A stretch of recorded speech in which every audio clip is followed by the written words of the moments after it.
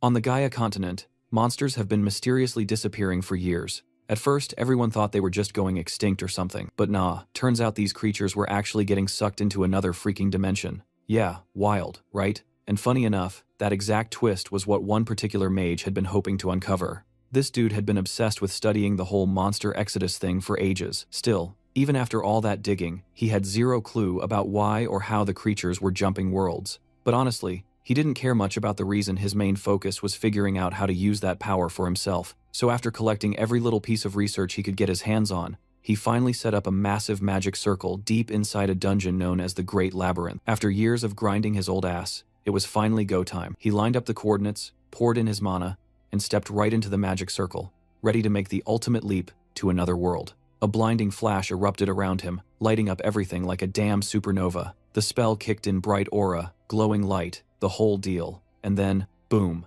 nothing. Silence. When he came to, he realized something was off. The air felt different. The temperature was weird, but this wasn't another dimension. He was still outside the dungeon. Actually, correction, the dungeon itself had been teleported to another world, leaving him standing in a giant empty hole where it used to be. Talk about an oops moment. Meanwhile, somewhere in that different dimension, a young guy stood frozen in his attic, staring at an interdimensional portal that had just appeared out of nowhere. Up until a few seconds ago, his day had been painfully normal. Kang Jinhyuk was just doing his usual work routine, watching college kids rush around, feeling that little sting of nostalgia for his own student days, back when he still had energy and ambition. Now though, life was way different. As a low-tier hunter, he didn't have time for dreams or fancy goals. His coworker had to literally snap him out of his daydreaming, reminding him they were only halfway done with their shift and couldn't slack off. After a long-ass day, the two finally crashed inside their van. Jinhyuk barely had on any warm clothes, even though it was freezing. But hey, perks of being a hunter. Even the weakest ones got boosted tolerance to temperature,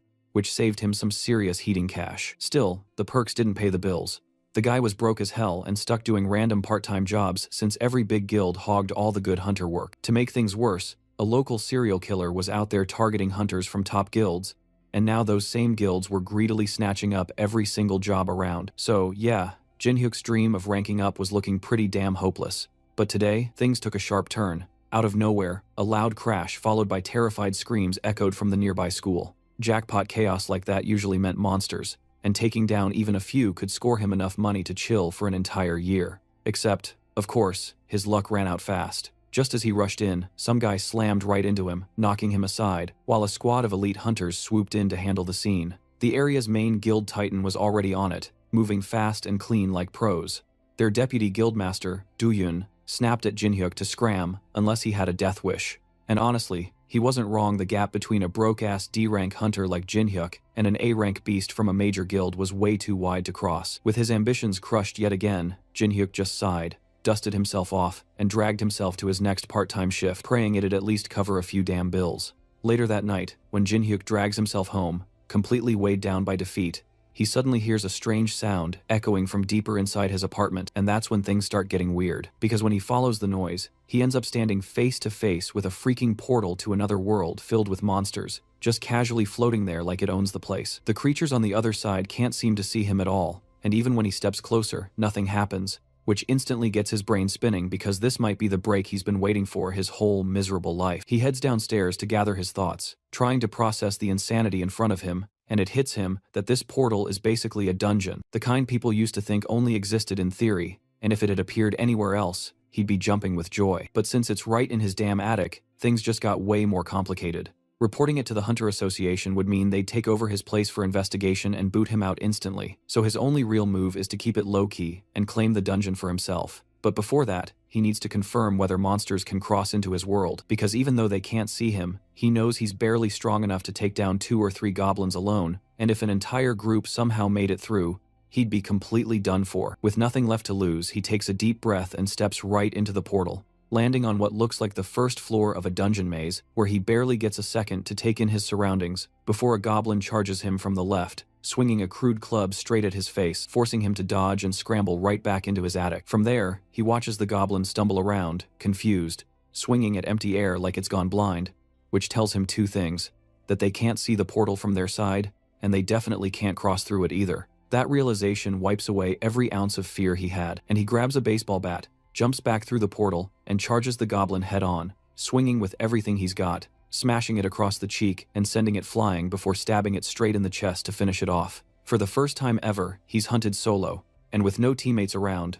All the experience points are his alone. His level, which had been frozen for 3 years, finally ticks up, and the goblin corpse is now his property, worth a potential 3 million won if he plays it smart. The next day, he heads straight to a hunter's market with the body, hoping to cash in, and the merchant takes one look at the poorly handled corpse and instantly realizes this guy's a total newbie because his sloppy kill has already tanked the market value. But even then, Jin-hyuk somehow manages to secure just over 3 million won, exactly as he'd hoped. Now, all that's left is to provide the location of his hunt for verification, but that's the one piece of info he can't risk revealing, because if anyone finds out there's a dungeon chilling inside his attic, his little gold mine would vanish faster than that goblin he flattened with a bat. As he's trying to figure out how to escape this new mess, a group of hunters from the Black Dragon Guild suddenly storms in like a pack of starving hyenas looking for their next meal. Apparently, someone dared to steal a kill from their hunting grounds, and they're furious about it. At first, they zero in on Jin-hyuk, ready to pounce, but the merchant quickly points fingers at a clueless blonde-haired hunter standing nearby, and just like that, the poor bastard becomes their new target, getting beaten and interrogated before he can even explain himself, because sneaking into their territory without permission is straight-up suicide. For all the guild knows, this random guy could even be the serial killer they've been tracking, and as they drag his half-conscious body out of the building, Jin-hyuk just stands there, realizing how close he was to being in the blonde dude's shoes. Knowing there's no way he can lie about where the goblin came from, he decides selling here isn't worth the risk, and if he values his life, he'll need to find another way to offload his loot without crossing paths with those big guild psychos ever again. As soon as Jin-hyuk gets back home, he decides it's time to level up. Before he heads back into the dungeon, he arms himself with a teleportation stone for quick escapes back to his apartment, a monster tracking compass with a 50-meter range, and, of course, his trusty baseball bat. Fully equipped, he steps back into the dungeon for a monster-slaying spree, each victory ticking up his level by 1. True to its name, the Goblin Labyrinth is packed with goblins, making it the perfect playground for someone at level 2 to grind for experience. After a long day of hunting, his inventory is nearly maxed out. He's got room for just one more goblin. He hopes it'll be a big one for some extra cash. The compass pings, showing a goblin approaching his location. Perfect. All he needs to do is hide and launch a surprise attack. Jin-hyuk positions himself around a corner, waits for the perfect moment, and swings his bat right into the face of a remarkably short man. To Jin-hyuk's horror, it's not a goblin but a very irate stranger shouting at him in a language he can't understand. Jin-hyuk hurriedly bows an apology, which seems to calm the man down just enough. The stranger pulls 2 necklaces from a bag, hands one to Jin-hyuk, and as soon as Jin-hyuk puts it on, he can suddenly understand every furious word the man is saying. That's when he realizes 2 things. First, the guy has every reason to be mad, having just taken a bat to the face, and second, this isn't just a short man, it's a dwarf, a mythical being he'd only read about in fantasy novels. As the dwarf continues to rant, Jin-hyuk helps pick up the items scattered around, all of which look exceptionally high quality.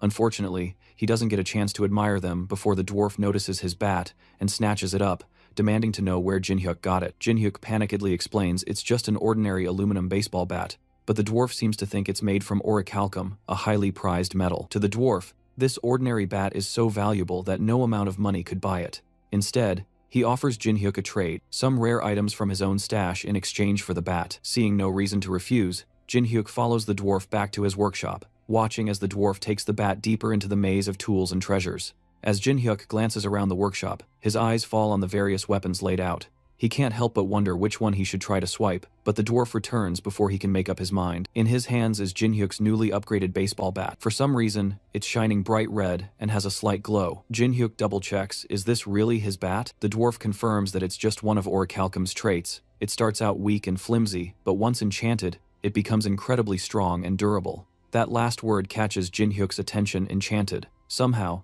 the dwarf managed to enchant his bat. Testing a few swings, Jin-hyuk notices it feels entirely different from what he remembers. It's almost hard to believe that something this powerful could even exist, let alone be made from an ordinary aluminum bat. He checks his status window, and sure enough, his bat is now classified as a legendary item, boasting S-grade durability and an automatic retrieval feature. Jin-hyuk's once basic bat has turned into an ultra-rare treasure. Selling this would be a jackpot, but the item's bound to him now, so no dice. Still, even if he can't make money off the bat, he can always make some cash with the goblin corpses he's stashed in his inventory. The problem, he can't sell them openly without drawing unwanted attention. His best option is the Hunter Industries black market. They don't ask questions, and have a solid setup for dealing with unique inventory. Jin-hyuk heads home, uses one of the black market business cards, and tracks down a suspicious-looking address. The card screams shady, but it's all he's got. While searching for the entrance, a man named Deputy Cho Hyung calls down to him and invites Jin Hyuk to meet the boss. The boss, Lee Junchul, is a loan shark disguised as a loan agent who also dabbles in monster corpses on the side. When Jin Hyuk lays out 20 goblin corpses for inspection, the two men are stunned. Despite being a newbie, Jin Hyuk managed to bring in such a huge haul, and in incredible condition too. Well, except for the bashed-in heads. As they're negotiating prices, they're interrupted by a black market merchant rushing in to announce that a monster has shown up nearby. Turns out laying out 20 fresh goblin corpses was like putting up a neon sign for nearby monsters. Worse yet, two orcs definitely out of Jin Hyuk's league appear, and Jin Hyuk quickly realizes he has two options: grab his corpses and run, or become orc food.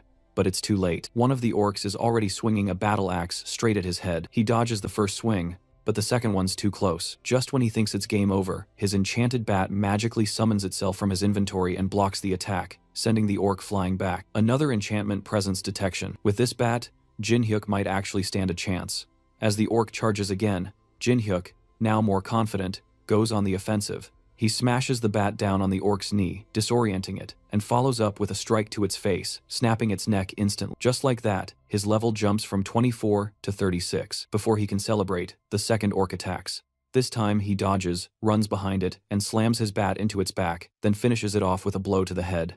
With the orcs defeated, Jin Hyuk smirks, turns back to the men, and suggests they add the orc corpses to their deal. That day, he walks away with a spring in his step, having convinced them to pay him 15% above market price. His bank account is now a sight to behold, and thanks to saving the black market crew, he secured a reliable buyer for his future loot. Clearly, the black market guys have realized Jin Hyuk isn't some low-level thief. They're looking at a hunter strong enough to take down two orcs solo. Even with his legendary bat and newfound strength though, he knows he'll need better gear to tackle higher-grade monsters. Fortunately, he's got a plan to score his next upgrades, maybe even for free. The next day, Jin Hyuk shows up with a crate full of beer cans and alcohol for the dwarf, thinking he'd struck gold. After all, the dwarf loves aluminum, so why not beer cans? The dwarf's eyes widen seeing the crate full of orichalcum. He tries a can, only to spit it out immediately, the taste absolutely horrible. To avoid another shouting match, Jin Hyuk quickly offers him some soju instead. The dwarf takes a swig, and while he's mildly satisfied, there's clearly room for improvement. Jin Hyuk can sense it. The dwarf is looking for that extra kick. Taking advantage of the moment, the dwarf gives Jin Hyuk a new quest: mine some mithril ore. What does mithril have to do with alcohol? Who knows, but Jin Hyuk wants free gear, so he's in. He dives deeper into the labyrinth, emerging at a large forest clearing on the second floor. A menu pops up, telling him he can record this location as a warp point. Jin Hyuk has no idea what a warp point is, but accepts anyway, creating a portal to travel between floors. He ventures further, reaching the second floor ominously called Dogs and Skeletons. Immediately, monster dogs leap at him. Compared to the orcs he fought before, these are nothing more than free XP. He swings his bat with abandon, wiping out 25 of them and collecting their corpses. That haul alone should net him a solid 200 million won. Tempting as the money is, he has to stay focused on his mission mining that mithril ore. As he journeys deeper, skeletons start appearing. Since skeletons can't be sold and must be destroyed by breaking their core, Jin Hyuk realizes why the dwarf sent him instead of going himself. Skeletons are an absolute pain to deal with, but they do help boost his level to 100, unlocking a new class. Expecting a berserker or warrior class after all the fighting he's done, he's shocked to find out he's been designated a cleric. After dispatching the skeletons, he finally collects the mithril. The dwarf, who doubted he'd make it back alive, seems impressed. As a reward, he offers to forge anything Jin Hyuk wants. Already armed with a legendary bat, Jin Hyuk requests lightweight armor that can still withstand heavy hits. The dwarf gets to work, and Jin Hyuk heads home for a well-deserved nap. A few hours later, he returns to find the dwarf ready with a new piece mithril chainmail.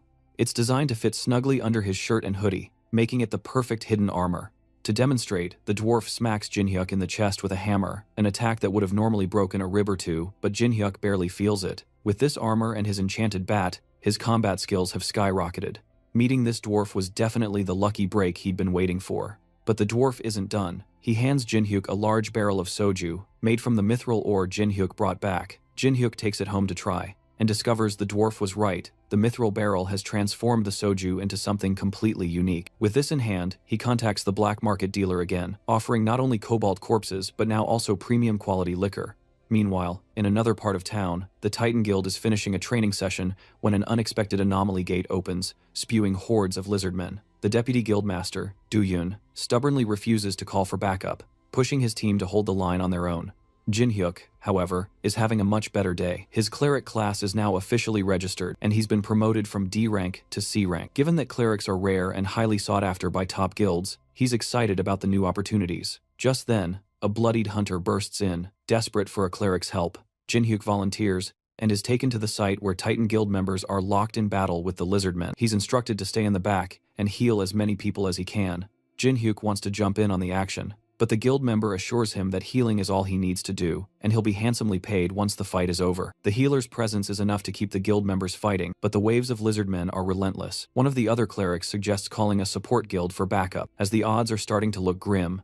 Just as Jin-hyuk is considering their next move, he senses a hostile presence behind him. His trusty bat saves him from a near-fatal blow delivered by a sneaky lizard man who somehow bypassed all the hunters, aiming straight for the healers. Realizing that the rear defense has been breached, Jin-hyuk swings his bat, sending the attacker flying. He quickly warns the other clerics about the breach, understanding that he's the only one who can hold them off. The monsters must have used the concealment technique to slip through, planning to ambush the healers from behind. Jin-hyuk instructs the clerics to focus on healing and leave the lizardmen to him. The other clerics look at him with concern. They think he's just another ordinary healer like them, but Jin-hyuk charges in, reassuring them with a confidence he's only kind of feeling himself. In reality, he's nervous, but he manages to hold his ground against the onslaught. At one point, a lizard man slips past his guard and lunges for another cleric. Jin-hyuk bolts after it, leaping just in time to intercept the attack. He lands a rush blow, but leaves himself open for a stab from behind. Thankfully, the dwarf's chainmail armor absorbs the impact, leaving the monster in shock when its attack doesn't work. Jin-hyuk seizes the moment, countering with a solid swing to the creature's face, managing to hold the line and allowing the clerics to focus solely on healing. Suddenly, the lizardmen freeze, as a powerful figure joins the fray, a man who takes down one of the monsters with a single punch. It's Seo Sangho, the Titan Guildmaster himself. He nods at Jin-hyuk and asks if he was the one who took down all the monsters in the area. Jin-hyuk, a bit confused about who this powerhouse is, admits he was handling things here. The clerics are baffled. How could he not recognize Sangho, the infamous S-rank hunter? With no time to spare, Sangho heads back into battle, promising to reward Jin-hyuk for his help later. As soon as he steps in, his presence immediately raises everyone's spirits, everyone except Do-yoon, who's clearly irritated. Sangho takes charge without hesitation, barking orders and commanding attention from all the hunters. With the area cleared, he unleashes a powerful shockwave attack that sends the lizard men flying. In mere moments, Sangho has wiped out the remaining monsters. Satisfied that his guild members are now safe, Sangho turns to Do-yoon, grabbing him by the jacket to reprimand him. What was he thinking? Risking his life and the lives of everyone else like that? Do-yoon claims he just wanted to protect the guild's reputation, but Sangho sees through him. It's not about the guild, is it? It's about his pride. Their tense standoff is broken when one of the guild members reminds Sangho to dismiss the clerics who helped secure the area. Sangho composes himself and addresses the hunters, thanking them for their efforts, especially Jin-hyuk, who played a key role in keeping everyone alive. As a gesture of gratitude, Sangho invites Jin-hyuk to join the Titan Guild directly, skipping the usual registration process. Do-yoon can't hold back, immediately stepping in to belittle Jin-hyuk as just a D-rank who got lucky. Sangho snaps back loudly. He reminds the shitface that this mere D-rank saved countless lives that would have been lost without his determination. Sangho then forces Do-yoon to apologize, delivering a heavy blow to his pride. However, Jin-hyuk declines the offer. He's not interested in joining a guild where people like Do-yoon hold authority. That's the final straw for Do-yoon, who lunges at Jin-hyuk with an enhanced punch, only to be met by Jin-hyuk's bat squarely in the stomach. The blow knocks him out cold, and the scene soon makes headlines, sparking quite a buzz in the local news. The next day, the higher-ups of the Titan Guild are seething over what happened to Do-yoon. Not only was he publicly embarrassed by a mere C rank, but he was also demoted from his position as Deputy Guildmaster. They demand that this C rank show up before them to explain himself. However, Sangho, the Guildmaster, isn't having any of it.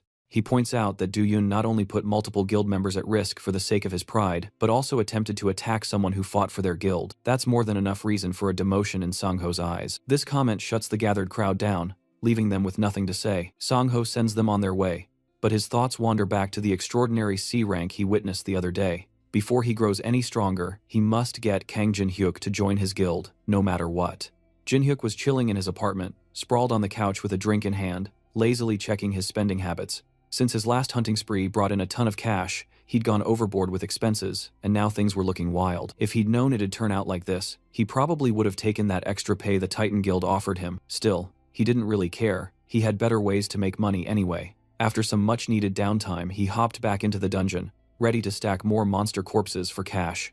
But hunting the same old weak monsters wasn't cutting it anymore. Now that he'd powered up, he craved tougher fights. So, he pushed deeper into the second floor, only to stumble into a small army of orcs waiting for him. One tried to sneak from behind, but Jinhyuk smoothly dodged and countered, dropping the orc in a single hit. As more swarmed in, he couldn't help but think that a few days ago, this would have been game over for him. Thanks to his new gear though, he handled them like it was nothing, and soon 20 orc corpses were lying at his feet, enough loot to keep him set for a year. Still feeling fired up, he ventured deeper, stepping into the third floor, known as the Temple Guardian's Labyrinth. It looked empty at first, but the calm shattered when the ground began shaking violently. A giant stone hand erupted from below, and Jinhyuk barely dodged in time. The hand belonged to a stone golem made of pure mana, fast, heavy, and way too strong. Even blocking its hits sent him staggering backward. Realizing it was dumb but powerful, he aimed for its head and shattered it clean, only to watch it start reforming. That's when it hit him. Golems only die when their core is destroyed. Before he could regroup,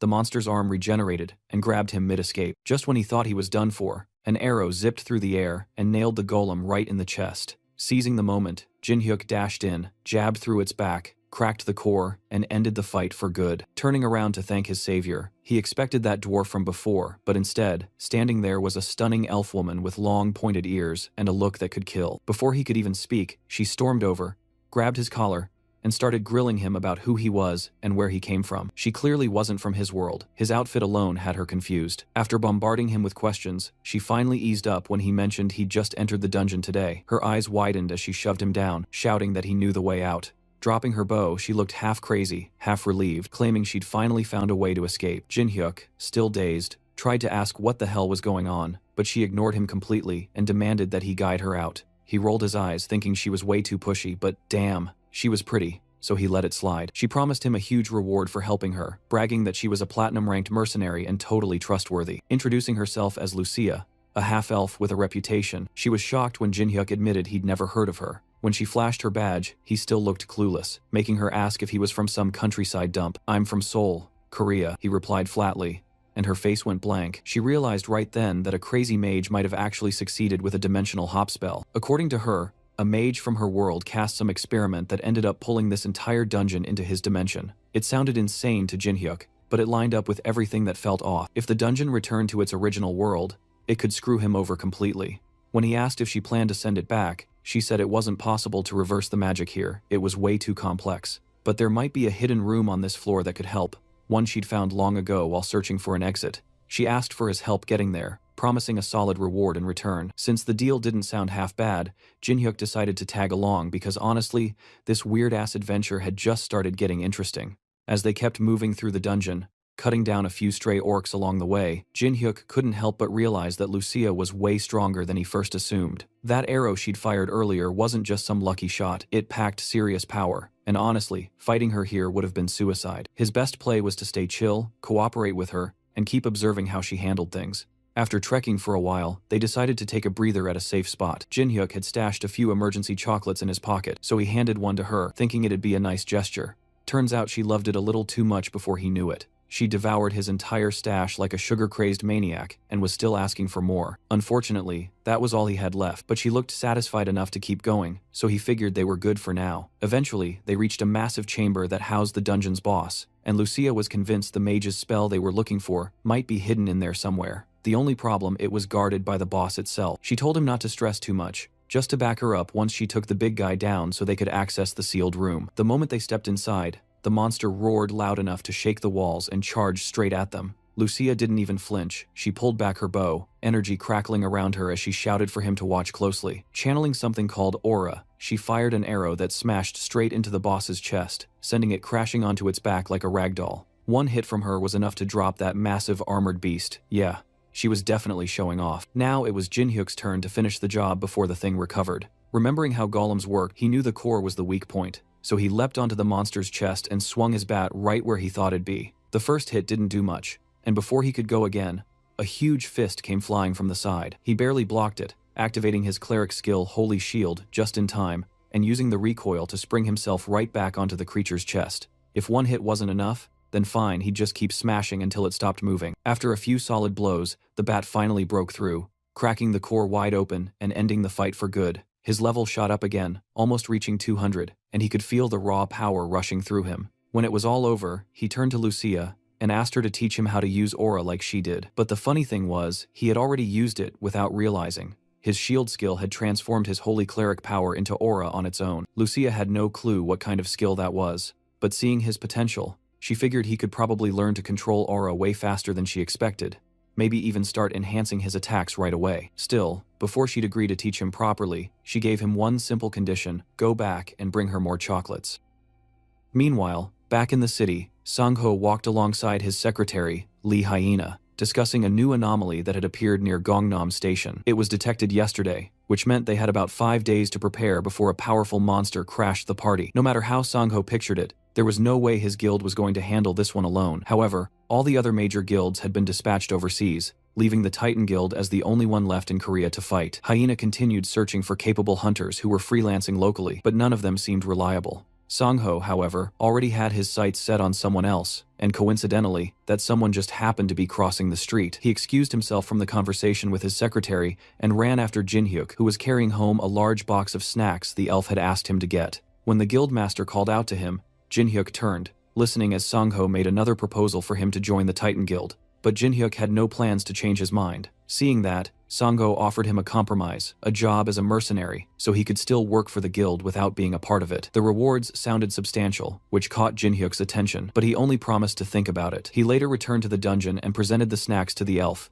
who happily devoured them all. It was clear that her world didn't have this kind of food. After her hearty meal, Jin-hyuk asked why she was eating down in the basement when they'd already defeated the boss monster. She pointed up at a magic circle on the ceiling and explained that it connected the dungeon to the world he lived in. Because of this, she would be staying there for the time being, to study it, and if he wanted to learn more about aura, he'd better bring her more chocolates. Once she finished eating, she took his hand to teach him how to use aura. The first step was for her to pour her own aura into his body so he could feel what it was like. As Jin-hyuk felt the power flowing through him, Lucia noticed a sudden spike of energy. It seemed he had more talent for this than she initially expected. The movement of holy power coursing through him was impressive enough that she believed he'd grasp the basics by the end of the day. She commended him for his natural talent and asked if he could remember the flow of aura in his body. He confidently assured her he could, and she acknowledged it with a nod before turning to leave the dungeon. She mentioned that she was supposed to investigate the magic circle first, but decided it would be faster to train him on how to use aura, and the best way to do that was through practical experience. She then took him to a different part of the dungeon and tossed him straight into a horde of monsters. He managed to hold his own while collecting their corpses. Turning to Lucia, he questioned why he was fighting an army of monsters when she had said he'd be learning how to use aura. Lucia's expression made it clear she believed this was the best way to learn. Even though she had infused a bit of mana into his body so he could feel it,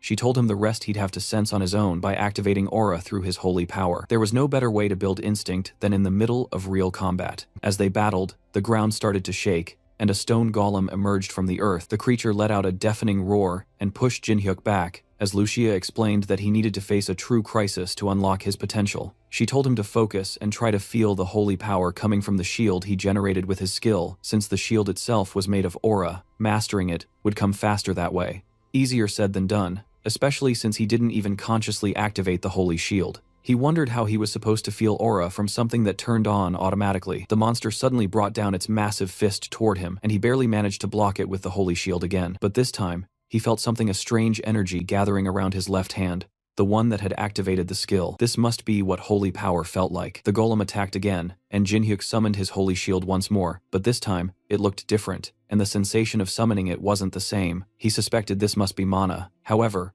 before he could think further, the golem smashed down on the shield, sending him flying back. From her platform, Lucia mocked him, saying she'd told him to get the hang of his skill, not to make foolish mistakes. Jin-hyuk gritted his teeth, realizing he was doing exactly what she'd told him to do. As he steadied himself for another attack, a status window suddenly appeared before him. He had acquired a new skill, Holy Power Application. It allowed him to use Holy Power to enhance both attack and defense, depending on how much power was used. That revelation made him pause. There were actually ways to gain skills beyond just a job change. Lucia noticed him spacing out and decided to step in, saying that facing a golem while learning aura might be too much for him. She was ready to handle it herself, but Jin-hyuk quickly recovered, telling her to stand down. Now that he had a grasp on his new power, he was confident he could handle it. He charged at the golem, leaping into the air to narrowly dodge another stone fist aimed right at him. While mid-air, he focused his mana on the bat, used a front flip to gain more momentum, and brought the mana-enhanced bat crashing down onto the golem's head. The monster fell, but he wasn't done yet. Landing on its chest, he concentrated again,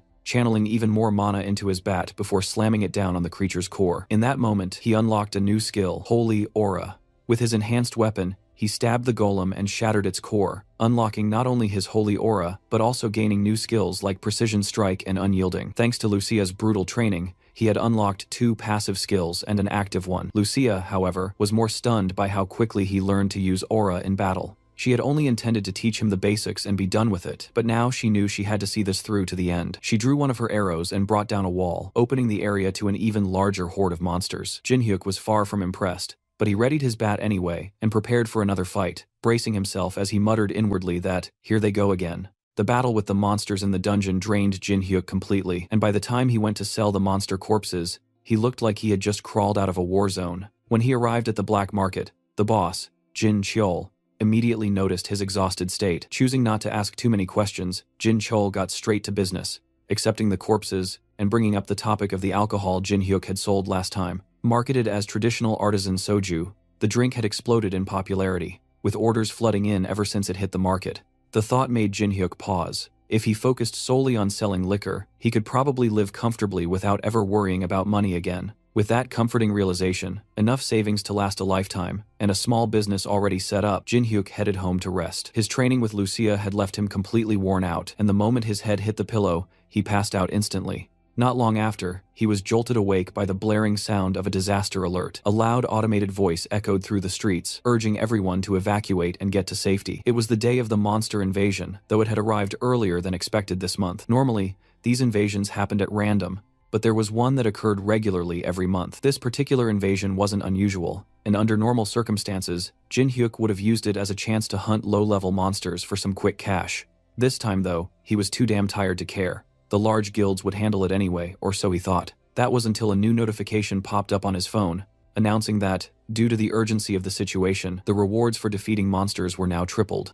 At that point, there was no way Jinhyuk could ignore it. He grabbed his gear and stepped out into the street to see what he could take down for some quick profit. Around him, security officials were shouting orders and trying to clear civilians from the area, while the Titan Guild fought hordes of monsters charging through the city. The security line was breaking fast, and Sangho was running out of stamina trying to hold the line. No matter how many monsters he cut down, more just kept pouring in. The guild members were already at their limits. Even though it looked like they were holding the upper hand, things weren't looking good. From a safe distance, the guild secretary watched the chaos unfold with worry. Everything seemed fine thanks to the guildmaster's leadership, but she could tell they were being stretched thin. If only they had one more strong hunter to turn the tide. Her thoughts drifted to a man Sangho had recently shown interest in, someone he believed had potential. Without hesitation, she pulled out her phone and called Jinhyuk. At that moment, Jinhyuk was busy fighting goblins when he answered. The secretary quickly offered him a chance to join the Titan Guild for the battle, promising generous compensation in return. Jinhyuk wasn't easily swayed and demanded 5 times the usual pay. She told him to meet her at a predetermined location to discuss further.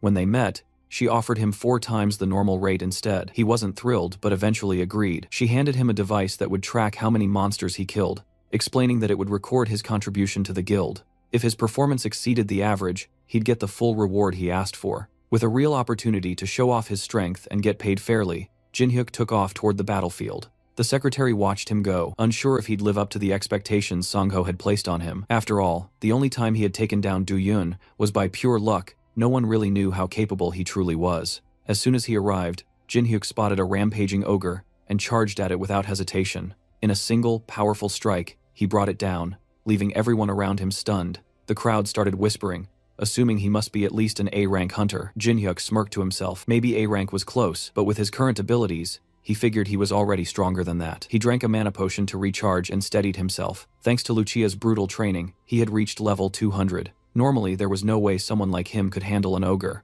but as long as his mana didn't run out, he was confident he could go toe-to-toe with S-rank hunters. With over 1,500 mana potions in stock, every monster in the area basically looked like free money to him. Elsewhere, Du Yun was fighting alongside his guild members when he noticed the monsters around them thinning out fast. Curious, he turned to see what was happening and spotted a small crowd watching someone tear through the beasts like it was nothing. When he saw who it was, his expression twisted. It was Jinhyuk.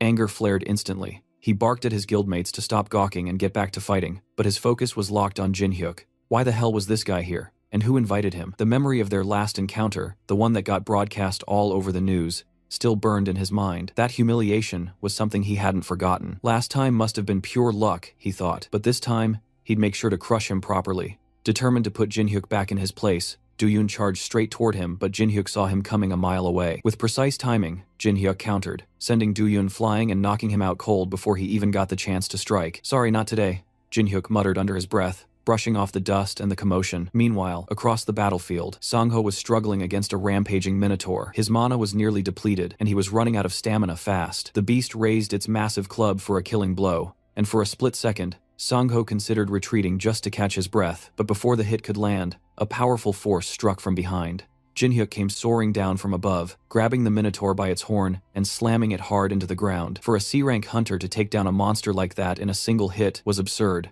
Sang-ho couldn't help but grin. His judgment about Jin-hyuk had been right all along. As the monster fell, Sang-ho approached to thank him, but Jin-hyuk brushed it off, saying that Hyena had called him and promised a hefty reward for his help, so there was no need for gratitude. Sang-ho chuckled and decided to take the opportunity to make another offer, telling him that if he joined their guild, opportunities like this would keep coming. Jin-hyuk took a moment to consider it, then simply replied that once they finished cleaning up the remaining monsters, he'd think about it. As they talk, Sang-ho receives a call from Hyena. She tells him to look at the sky, where the clouds have turned black and the weather has become fiery, crackling with lightning. Something huge and menacing lurks among the clouds, and it does not appear friendly. The creature shoots lightning down at everything, targeting both monsters and hunters while damaging buildings as it flies overhead. It's so high in the sky that their skills can't reach it, leaving them with no way to attack. Sang-ho suggests returning to his guild to assess the situation and invites Jin-hyuk to join him. Reluctantly, Jin-hyuk agrees, and they reconvene in his office. They run various tests, only to find that nothing they've done so far can affect the creature or defend against its attacks. Every attempt to stop it has been nullified or destroyed. They realize they need something with immense firepower capable of long-range destruction. Lucia immediately comes to Jin-hyuk's mind, and he recognizes that there may be a way to bring it down after all. As Jin-hyuk leaves to fetch Lucia, the executives of the Titan Guild gather to discuss Sang-ho's apparent favoritism towards a C-ranker. The other guild members brainstorm alternative methods to defeat the monster without relying on Jin-hyuk, but they find themselves with no other choice. All other strategies are guaranteed to fail, leaving them with only the option to trust the one hunter with a plan. They consider calling the Gudiyar Guild, a large group filled with A-rank and higher mages. But no, they don't care about casualties. Inviting them would likely lead to many deaths. The room falls silent as they acknowledge their limited options. Meanwhile, Jin-hyuk emerges from the portal with Lucia, thanking her for agreeing to help and promising her as many sweet treats as she desires in return. They ascend to the top of the Titan Guild headquarters, where Jin-hyuk shows her the monster terrorizing their city. He asks if she can take it down, and she confidently assures him that she can. The monster is so large that she could hit it with her eyes closed. It's a level 300 creature, the highest ever recorded, and she says she can eliminate it. But first, she needs some assistance. The building's roof can't withstand her power, so she asks Jin-hyuk to prepare a shield to absorb most of the impact. Not wanting to see multiple buildings destroyed, Jin-hyuk calls the guild leader to inform him about the potential damage once they take down the monster. Sang-ho tells him not to worry about collateral damage and to focus solely on bringing the creature down. With that settled, Jin-hyuk prepares the shield, while Lucia charges 2 arrows to strike the beast. She aims carefully and releases the arrows, creating a massive shockwave that pushes Jin-hyuk back even with the shield. The 2 shots soar through the sky and land a direct hit on the monster, obliterating half its body from the impact. The Titan Guild watches in awe from the ground, amazed that Jin-hyuk managed to pull it off so effortlessly. Meanwhile, Jin-hyuk is impressed the whiplash from Lucia's attack leaves smoking trails on the building's helipad. While it wasn't the time to hold back, this was excessive. Lucia, on the other hand, is disappointed that the monster was so weak, attributing her ease in defeating it to her immense strength. Regardless, the job is done, and it's time for her to head back. She hands Jin-hyuk a tracker that monitors his points, showing a staggering 240 points. Before leaving, she warns him not to place too much trust in others, especially when money is at stake, because people's minds tend to cloud with greed. She advises him to be wary, as she has learned from her many adventures. Jin-hyuk assures her he'll be fine and will handle anything that seems off. They part ways, and he heads down to the street, where he's met by Sang-ho and his secretary. They catch up with him and ask how he managed to take down such a formidable monster alone.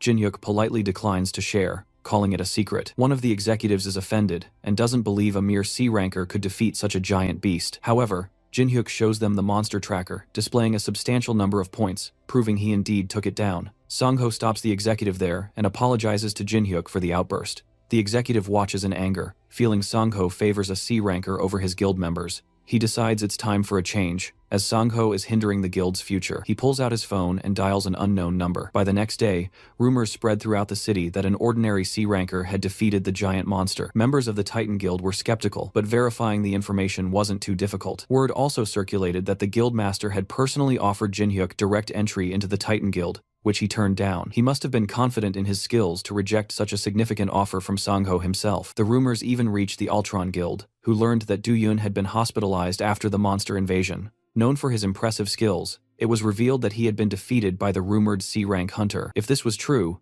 then the rumors held some weight. The Ultron Guild scouts decided to meet with Genik to verify the information. They suspected he might have unlocked a hidden class, which was exceptionally rare for hunters. If that was the case, they needed to recruit him into their guild before another one took him, or eliminate him. Meanwhile, Jinhyuk slept soundly after the battle. Having exhausted all his stamina, he passed out as soon as he got the chance, and woke up 2 days later, realizing the toll of overexertion. He walked into his living room and found that Lucia had created a massive mess with all the snacks he had bought her. She had managed to eat everything in just 2 days. With no food left in the fridge, her only option had been to consume the snacks. Since he hadn't opened the portal for her, she couldn't return to the dungeon. This confused Jinhyuk, as he had never needed to open the portal before. It had always been accessible. He headed to the attic to show her that the portal was indeed open, but it didn't make sense to her since there had been nothing there moments ago. She instructed him to step away from the door, then reopened it, revealing that there was nothing there now that he had stepped back. Jinhyuk was baffled since he had only ever seen the dungeon open. Lucia theorized that the dungeon responded only to him, suggesting it was imprinted directly on him, meaning it could have fallen on his head. Luckily, it was a failed spell. He decided not to dwell on it, and instead ordered food for both of them. Lucia then wondered how he had found his way back to the house after they defeated the monster. She explained that she had placed a recognition suppression spell on it, which should have made it impossible to locate.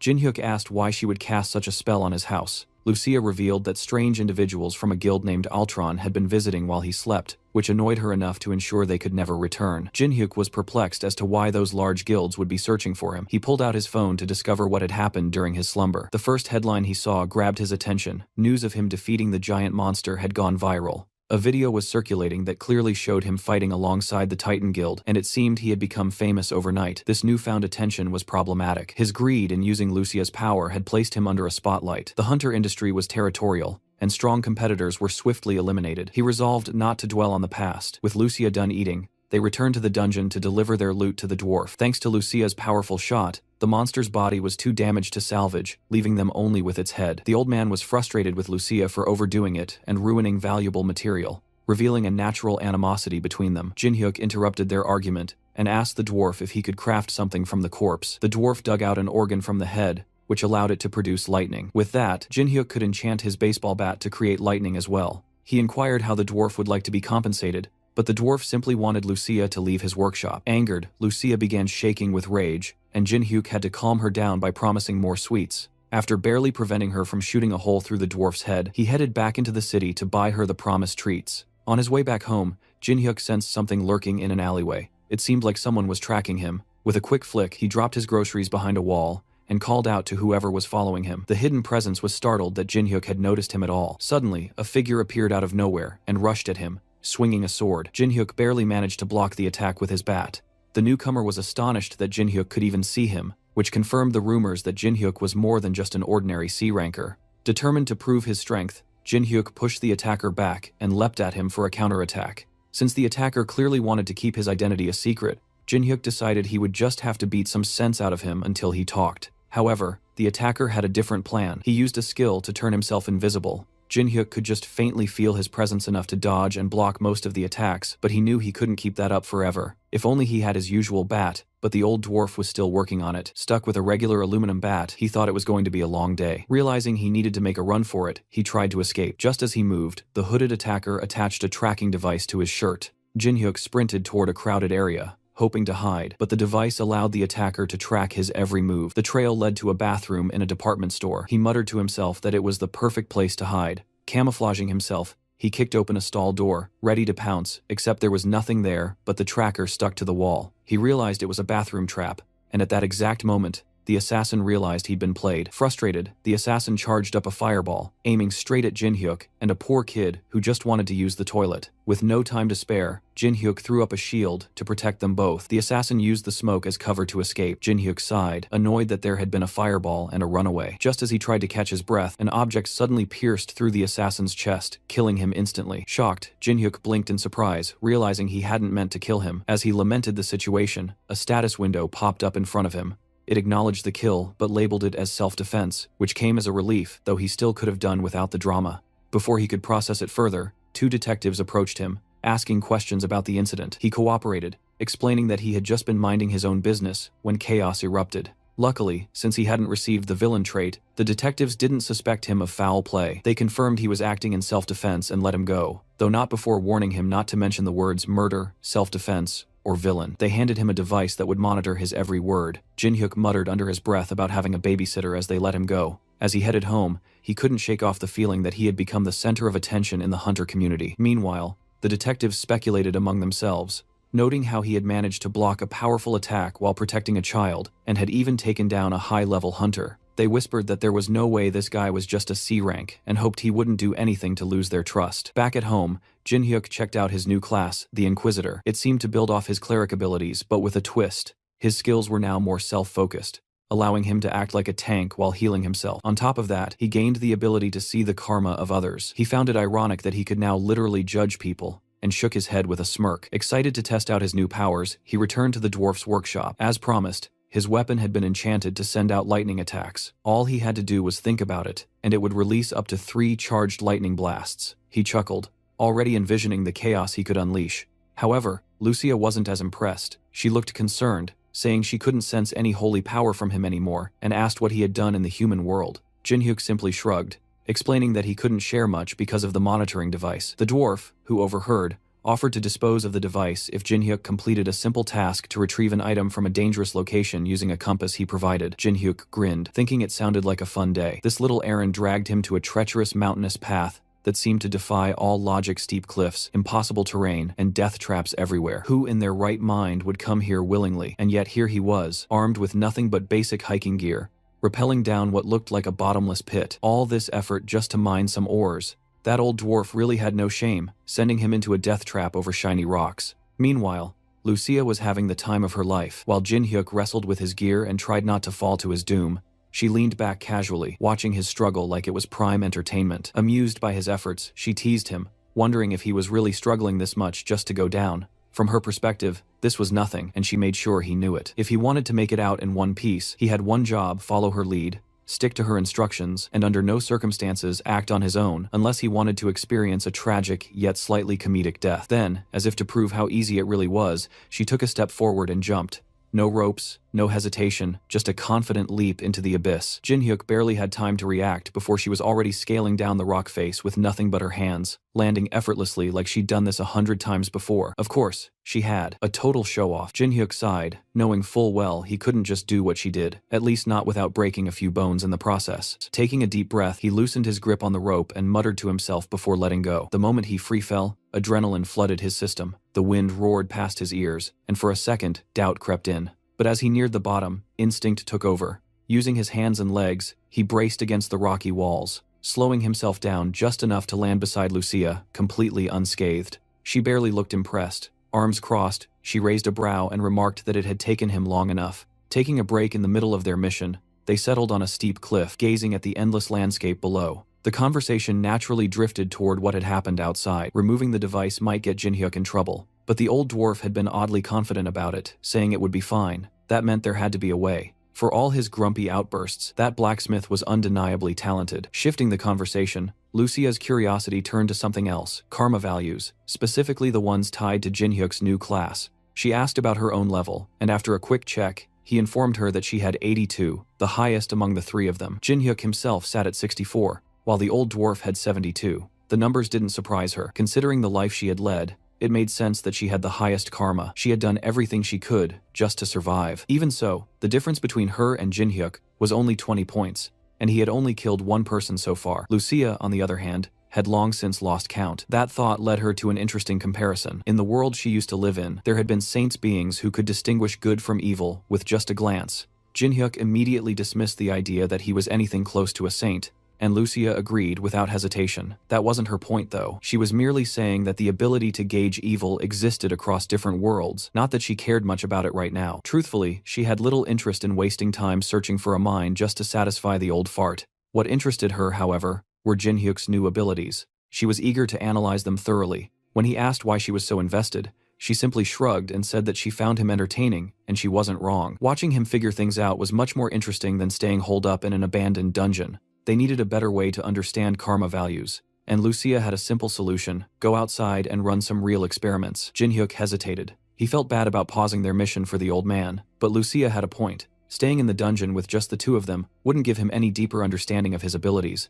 After a brief moment of contemplation, he reached into his pocket. Even if he felt a little guilty about ditching the dwarf's request, his curiosity won out. Fishing out a return stone, he held it between his fingers. This particular stone had been set to instantly transport him to a predetermined location outside. With a firm squeeze, he crushed it. A dimensional rift split open right where they stood. Lucia barely had a second to react before she was swallowed up by the portal, her momentary surprise vanishing into the void. Strangely enough, using the stone caused Jin-hyuk's karma to rise. A few minutes later, the duo found themselves standing in the middle of a bustling city street. Crowds moved in waves, neon signs flickered to life, and the air buzzed with energy. Lucia, unfazed by the chaos, casually sipped her drink, while Jin-hyuk sat across from her, quietly panicking over how her so-called camouflage magic was completely failing its job. She had assured him earlier that she was using magic to disguise her true appearance and blend into the crowd. Technically, she wasn't lying. Her pointed ears and otherworldly features were hidden, but the illusion of human clothing didn't change the fact that she looked way too perfect. Every passerby stole glances at the stunning woman sitting across from Jin-hyuk, some even outright staring. Lucia, of course, had no complaints. With a sly smirk, she pointed out that her beauty simply couldn't be concealed. Even with magic, camouflage had its limits, after all. Jin-hyuk wanted to disagree. Really, he did, but even he had to admit that she was probably the most breathtaking woman he had ever seen. And the worst part, she knew it. Deciding to move on before she got even more smug, Lucia steered the conversation towards something more important: their investigation into karma values. So far, their findings were straightforward. Doing bad things increased karma, and it didn't always take something extreme. Jin-hyuk himself had gained a single karma point just for breaking his promise to the old dwarf. Apparently, it wasn't just about hurting people. Betrayal, deception, and even irresponsibility could contribute. On the other hand, harm that was consensual, like a fight in self-defense, wouldn't raise karma at all. The exact scale of karma still wasn't clear, but one rule stood out: once a person's karma exceeded 200 points, they were officially labeled as a villain. At that point, killing them wouldn't even count as murder. It would be classified as self-defense. Essentially, the system stopped seeing them as human. Considering that even Lucia and the old dwarf hadn't reached 100 points, getting past 200 wasn't just a bad habit, it took dedicated villainy. Jin-hyuk had been quietly scanning people throughout the day, checking for any ridiculously high karma values. So far, the most he had seen from a regular pedestrian was somewhere around 50. If they wanted real data, they were wasting their time in a peaceful public area. They needed to go somewhere darker. Thankfully, the city had just the place: the red light district. As night fell, the streets lit up with a kaleidoscope of neon signs,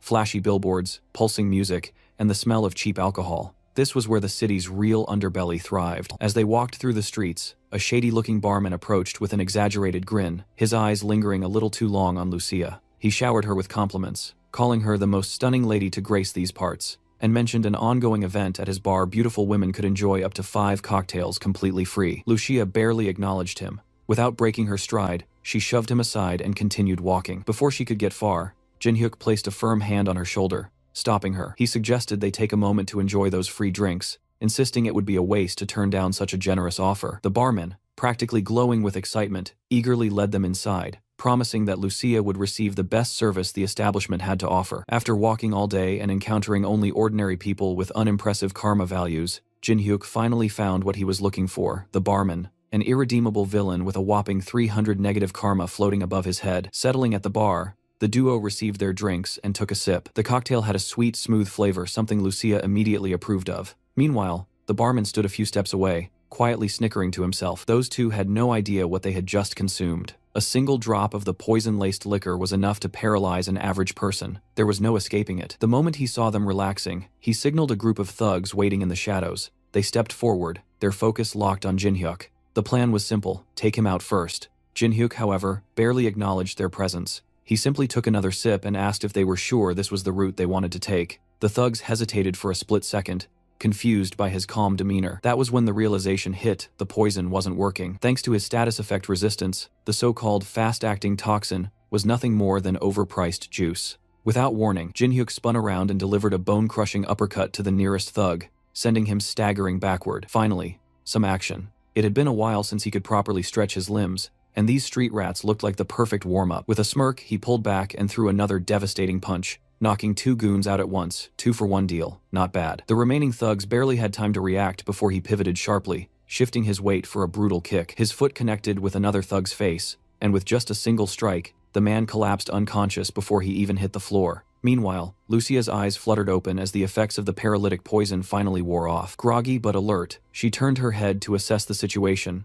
only to find a pile of bodies scattered across the bar floor. Confused, she glanced at Jin-hyuk. He simply shrugged, saying he was just cleaning up some trash. The barman, now visibly sweating, decided it was time to bring out his trump card. With a desperate yell, he signaled for his strongest fighter to step in, a towering man with a buzz cut. The brute cracked his knuckles as he removed his jacket, muscles bulging through his shirt. This wasn't just some random thug, he was a hunter. The moment he charged forward with impressive speed, both Jin-hyuk and Lucia watched him with complete indifference. Jin-hyuk kept his gaze locked on the approaching brute, analyzing his movements. Meanwhile, Lucia, unfazed, casually reached for another shot of the poisoned cocktail and asked if he needed any help. Jin-hyuk waved her off. One more thug wasn't enough to make him break a sweat. Buzzcut, however, was less than amused. The duo was talking about him as if he were some kind of background character. Enraged, he swung his heaviest punch straight at Jin-hyuk's face, only for his fist to be stopped mid-air by a perfectly timed grab. No matter how much he strained, pushed, or twisted, he couldn't move Jin-hyuk an inch. A terrifying realization dawned on him. This wasn't just some random troublemaker. The sheer strength behind that grip meant only one thing: Jin-hyuk had to be a hunter. But that didn't make sense. If he was strong enough to be a hunter, why was he wasting his time in a dingy bar fighting low-level criminals? While Buzzcut desperately tried to figure a way out of the situation, Jin-hyuk casually tightened his grip ever so slightly until a sickening crack echoed through the bar. A scream of pure agony ripped from Buzzcut's throat as multiple bones in his hand shattered all at once. But Jin-hyuk wasn't done yet. To shut him up, he followed up with a devastating punch straight to the man's mouth. Buzzcut flew backward like a ragdoll, crashing into a line of bar stools. His momentum finally stopped as he slumped against the debris. With every last goon taken care of, only one piece of scum remained: the terrified barman. Jin-hyuk moved like a wild beast, closing the distance in a flash before locking the man into a chokehold. The villain's windpipe nearly collapsed under the relentless pressure as he clawed at Jin-hyuk's arm, struggling for air. But mercy wasn't on the table. Lifting the barman off the ground, he cut off his oxygen completely. The interrogation had begun, and of course, what kind of interrogation would it be without a few warm-up hits? Jin-hyuk didn't hold back. Fists rained down without hesitation, painting the bar walls with the barman's blood. By the time he was done, his own knuckles were dripping red, and the man's face was swollen beyond recognition. Only when he was satisfied did he finally get to the real questions. It was obvious this wasn't the barman's first time pulling something like this. To run an operation like this under the radar, he had to have someone backing him up. Yet even with his face barely intact, he continued to deny any involvement with a bigger power. There was no way a worthless thug like him could repeatedly spike drinks and abduct women without getting caught. And those hired gangsters, they weren't just street-level punks. Someone had to be pulling the strings. Jin-hyuk narrowed his eyes, giving the barman one last chance to talk. The villain still stubbornly shook his head. Either he was ridiculously loyal, or whoever was behind this was far more terrifying than the beating he was taking now. There was only one way to find out. Without warning, Jin-hyuk grabbed one of the barman's feet and started pulling. The villain thrashed, panic setting in as he screamed and struggled. Jin-hyuk, unfazed, calmly explained that he was simply helping him find the motivation to talk. The barman tried to act tough, forcing out a weak declaration that violence wouldn't make him talk. Jin-hyuk strongly disagreed, but before he could escalate things further, Lucia stepped in with a look of pure exasperation. She told him to step aside and quit the barbaric, overcomplicated methods. Jin-hyuk huffed but let her take over. Lucia calmly raised her hand, manifesting a mysterious power that shimmered ominously in her palm. She brought it close to the barman's face, and in an instant, his expression shifted. The sheer terror drained away, replaced by a strange sense of ease, though he remained just as hideous. A few moments of silence passed as the power seeped into his system, and then out of nowhere, his face twisted into something deranged. His eyes darted wildly as he suddenly blurted out a question, asking if they were sent by an organization called Ultron. His voice cracked with paranoia, insisting that no matter how much trouble Ultron stirred up, it was already too late. Lucia tilted her head. That wasn't the reaction she expected. Sure, she meant to loosen his tongue, but she hadn't planned on making him a complete lunatic. Well, at least it worked. The barman kept rambling, his words spiraling further into madness. He sneered as he declared that Ultron was insignificant, his tyrant guild would wipe out every last one of their enemies. And just like that, the truth revealed itself. The Tyrant Guild. Jin-hyuk's eyes darkened. This situation was bigger than he initially thought. Now that the guild's name was on the table, he pressed forward, demanding to know what made them so confident they could massacre their enemies. The barman, practically drooling at this point, let out a crazy chuckle. His answer was simple: they had Al-Rauni's elixir. Jin-hyuk frowned. That name meant nothing to him. What the hell was he talking about? A few minutes later, the police arrived to investigate the incident, but by then, Jin-hyuk and Lucia had already slipped away. What started as a simple bar brawl had unexpectedly led them to uncover a massive conspiracy, one that reached all the way to the top, with a major guild secretly pulling the strings. As they hurried through the dimly lit streets, Lucia explained the horrifying truth. Al-Rauni's elixir wasn't just some ordinary performance enhancer. It was a drug that doubled the user's stats, but at a horrific cost. To make it, countless young women were sacrificed. She had heard of dark practices before, but never in her wildest nightmares did she think a guild from Earth would be capable of producing something so sinister. It was almost unfathomable, but this wasn't new to her. Back in her world, Al-Rauni's elixir had existed too. There, they called it the Queen's Tear, a name that carried a heavy, painful weight. One of her closest friends had been sacrificed for it when they were younger. Years later, after reaching platinum rank, Lucia had personally wiped out the organization responsible for the drug's production. No mercy. No negotiations, she had burned them to the ground. That explained why she had been so grim ever since they left the bar. The moment she heard the name Al-Rauni's elixir, she already knew what had to be done. Now, the question was, what next? The barman had already spilled that the elixir was almost complete. If they wanted to stop it, they needed to take down the Tyrant Guild before production was finalized. Meanwhile, back at the bar, long after the police had left the scene, a man dressed in all black stood in the shadows, reporting the incident to his superiors. His mask and glasses covered most of his face, but his sharp, calculating tone left no doubt about his efficiency. Based on his investigation, this wasn't an internal dispute. What was strange was that the perpetrators had only killed the barman and left. This wasn't a tactic used by any rival guilds or their usual enemies. Something didn't add up. His orders were clear: find out who had interrupted their operation. And soon, the masked man was confident whoever the perpetrators were, they wouldn't stay hidden for long. But the Tyrant Guild wasn't the only one making moves. At the Titan Guild, the atmosphere was tense. Their top brass was currently overseas on business, but that didn't stop the gears from turning. The ever-efficient secretary, Lee Hyena, had just finished overseeing their operations in Hong Kong. The results had been excellent. If they kept this up, they could even consider recruiting 15% more guild members. By all accounts, the guild was thriving. But Seo Sangho, the Titan Guild's leader, wasn't feeling too great. He had just received news about Al-Rauni's elixir. As expected, even someone as competent as Lee Hyena had never heard of it before. The association had been working hard to keep its existence under wraps. Unfortunately, Hyena's return to Korea would have to wait. There was still guild business overseas. That meant Sangho would have to handle things on his own. Wasting no time, he issued an urgent order to the entire guild effective immediately. Titan Guild was declaring full-scale war against the Tyrant Guild. The sudden declaration sent shockwaves through Hyena. A move like this wasn't just risky, it was an outright gamble. Lee Hyena, ever the voice of reason, immediately asked for more details, saying that declaring war without consulting their executives or having a strategy was reckless even by Sangho's standards. But he wasn't budging. He knew that failing to act now would only lead to greater chaos later. If the information he had received was correct, by the time the world found out about Al-Rauni's elixir, it would already be too late. Hyena, still skeptical, pressed for more information. What exactly had he learned that made him take such a drastic step? Declaring war on a guild as powerful as Tyrant wasn't something they could undo. Sangho didn't answer right away. He knew the risks. He knew this decision would shake the entire guild, but he also knew they wouldn't be alone in this fight. Ultron Guild, and even the government itself, would be on their side once the truth came to light. Even so, war carried enormous risks. Hyena suggested they at least consult their executives first, make a plan, act cautiously. But Sangho had already made up his mind. His thoughts had never been clearer, and he had no patience for drawn-out meetings or debates. One look at his expression told Hyena everything she needed to know. He wasn't going to change his mind. Sangho was a cautious man by nature, but this time, he was decisive. He understood Hyena's reservations. Acting blindly was never ideal, but right now, there was no time to hesitate. For now, he needed her to trust his call. They would keep the war declaration confidential within the guild while conducting hushed investigations. The official announcement of war could come later. As for the internal investigations, Sangho already had a few people in mind, certain individuals he needed more information on. What had prompted this sudden shift in his stance? What had pushed him to act so suddenly? A single text from Jin-hyuk, a warning about Tyrant's plan to create a sinister drug, one fueled by human sacrifice. Meanwhile, Lucia was comfortably lounging at Jinhyuk's place, happily munching on sweets while pestering him about his plans.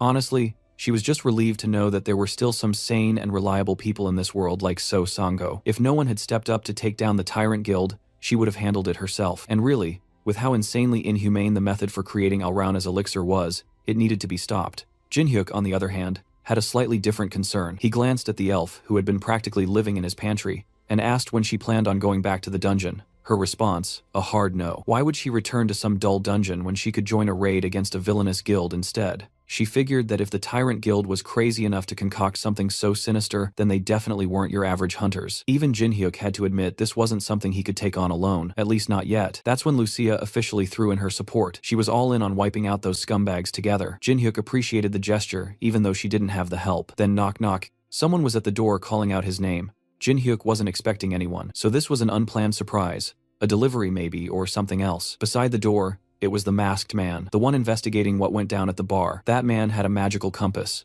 one that could track people through blood. Using the barman's blood, he had locked onto the traces left on Jinhyuk from the bar fight. And this guy, he didn't need a car. He navigated the city effortlessly, leaping across rooftops like it was a casual stroll. His hunt led him straight to an apartment complex where he finally came to a stop. Staring at the humble home in front of him, the masked man felt something odd. For a split second, the house almost seemed hazy, but he shook off the thought, probably just his imagination. More importantly, he recognized the address. This was the home of the hunter who took down the Leviathan a few days ago. That meant there could be a connection between the two incidents. Not that it mattered to him. His job was simple. Find a target, get answers. Without hesitation, he conjured a thick needle out of thin air, its sinister aura practically pulsing in the air. He was ready to persuade his target into answering a few questions. Meanwhile, Jinhyuk casually walked to the door and asked who it was. As expected, the masked man responded with a classic excuse. He was here for a late delivery due to an accident. Jinhyuk wasn't foolish. A delivery showing up in the dead of night, not a chance. On top of that, his house was shielded by a recognition suppression spell, making it practically impossible to locate. If someone had managed to bypass such a powerful enchantment and still had the nerve to show up pretending to be a deliverman, there was only one reason. They were up to something shady. Still, he opened the door, remaining on high alert. The moment he did, the masked man wasted no time, forcing his way inside with a sinister-looking needle in hand. As expected, the intruder had no intention of playing fair. But Jinhyuk had already anticipated underhanded tactics, so when the needle came for him, he effortlessly caught the attacker's wrist. With a hint of amusement, he couldn't help but wonder if deliveries now came with poison darts as a complimentary bonus. The masked man, who had planned a perfect sneak attack, found himself on the receiving end of the surprise instead. Before he could regain control, Lucia intervened, firing an arrow while urging Jinhyuk to step aside. The shot was devastating. At such close range, dodging was impossible. The arrow struck with immense force, sending the intruder hurtling through the second-floor window. As he crashed outside, blood poured from the deep wound, the arrow burying itself further into his body. But Lucia wasn't taking any chances. Without hesitation, she prepared another shot, signaling to Jinhyuk that she intended to finish the job. The boy, however, dismissed the idea, insisting that he would handle it himself. He reasoned that the masked man had likely come for him due to the incident at the bar. Lucia, unconvinced, pointed out that this opponent was no ordinary assassin. After all, he had survived a direct hit from one of her arrows. Meanwhile, the villain struggled to remove the embedded arrow, his hands trembling from the blood loss. As he finally pulled it free, he couldn't help but feel a deep sense of dread. The sheer force behind that single attack had left him in critical condition. He shuddered, realizing that the woman inside wasn't someone to be taken lightly. Despite his injuries, his survival instincts screamed at him to escape while he still could. By the time Jinhyuk moved to pursue, the man was already making a clumsy but determined getaway, leaping across neighboring rooftops despite his wounded state. Lucia glanced at the boy, silently asking if he wanted to give chase, but he found the idea far too troublesome. The masked man would come for him again eventually. There was no need to rush for now. Something else caught his attention. The man's karma value was over 900, the kind of number that only belonged to seasoned killers, those who took lives as if it meant nothing, a real villain. Jinhyuk couldn't deny it. This was going to be interesting. The next day arrived, and our boy and Lucia found themselves seated inside a guild car, being escorted to the mountains. Their driver eventually pulled over, gesturing toward a remote investigation site ahead. This wasn't just any random mission. They had been brought here under Titan Guild leaders' personal orders. But of course, that didn't change the fact that plenty of people within the Titan Guild weren't exactly thrilled about Jinhyuk's presence. As they stepped out, he scanned the gathered troops at the base of the site. His quick assessment told him that at least half of them were A-rank hunters, or higher, a team of pure elites, and leading them, none other than that guy, the same irritating bastard who had once tried to pick a fight with him. Executive Han Young-suk, looking all-important, had apparently been put in charge of the operation. From the moment our boy saw him, an undeniable sense of irritation bubbled up. This mission was definitely going to be a headache. The executive wasted no time formally introducing himself, and much to Jin-hyuk's surprise, he even brought up their last encounter during the airstrike. What was even more unexpected was the shift in his attitude. Today, he appeared oddly amicable, almost polite. Jin-hyuk couldn't help but notice the drastic difference in personality and found it very suspicious. Sure enough, Young-suk cleared his throat awkwardly and followed up with an apology, claiming he had just been overly enthusiastic in his efforts for the guild last time. He hoped they could put the past behind them so it wouldn't affect today's mission. Jin-hyuk wasn't exactly convinced, but he let it slide for now. Moments later, the executive turned his attention to Lucia. Clearly taken aback by her presence, he inquired about who she was, clearly expecting some kind of explanation. Jin-hyuk casually introduced her as a skilled colleague who wouldn't be a hindrance. The recon team they had sent ahead returned with their report. With a curt nod,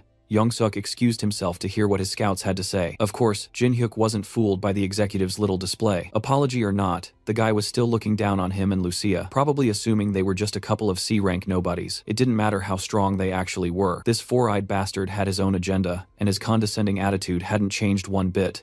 Lucia had already picked up on the executive's fake politeness. She quietly checked with Jin-hyuk, wondering if they were really going to let this guy take the lead. Jin-hyuk assured her that it wasn't worth worrying about. They'd be fine. Besides, there was something more interesting to deal with. Someone had been tailing them since earlier. It wasn't even subtle. Both Jin-hyuk and Lucia had noticed their not-so-covert pursuer a long time ago. But instead of confronting them, Jin-hyuk had decided to let it be. There was no rush. Whoever it was, they might be useful later. Before the raid began, Jin-hyuk handed Lucia a bright magical crystal, a small but invaluable communication item. With this, they could stay in contact within a 10 kilometers range. They would need it later, so it was best to keep it close. Meanwhile, Young-suk returned with a confirmation of the initial reports. The evidence was undeniable. The Tyrant Guild was heavily involved in human trafficking, but rather than just sharing intel, Young-suk had another request. After investigating the area, the recon team discovered a strong magical barrier surrounding the building. The problem is that only one person could break through it without setting off every alarm in the vicinity, and according to Young-suk, that person was none other than Jin-hyuk. The young man immediately called him out. This wasn't a request, it was a suicide mission. Walking straight into enemy territory alone.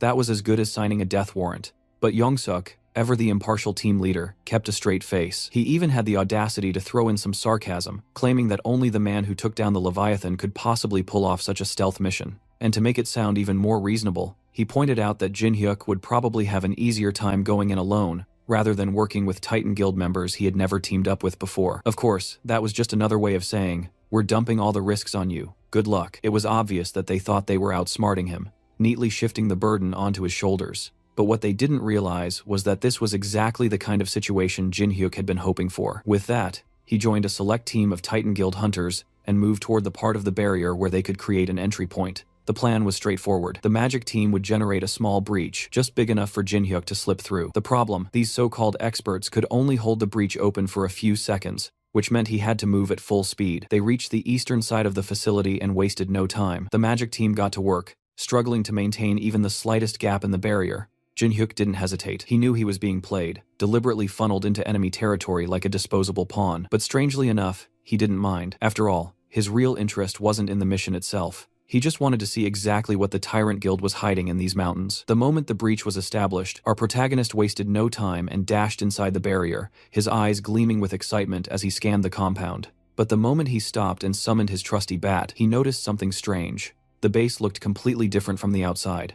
The protective barrier must have been layered with a distortion effect, disguising its true appearance. That wasn't his concern for now. First things first, he needed to locate the entrance to this massive base camp. However, after several minutes of wandering, something felt off. There were way fewer guards than he had anticipated. The place was supposed to be a high-security facility. It felt eerily underprotected. Eventually, he spotted a lone guard stationed near the barrier, seemingly guarding an entrance. That was the first real lead he had. After all, if someone was standing guard, there had to be something worth protecting behind them. Wasting no time, our boy leaped into the air and raised his bat, pouring his monstrous strength into the swing. The plan was simple: knock the guy out, capture him, and get some much-needed answers. But just as his bat made contact, something unexpected happened.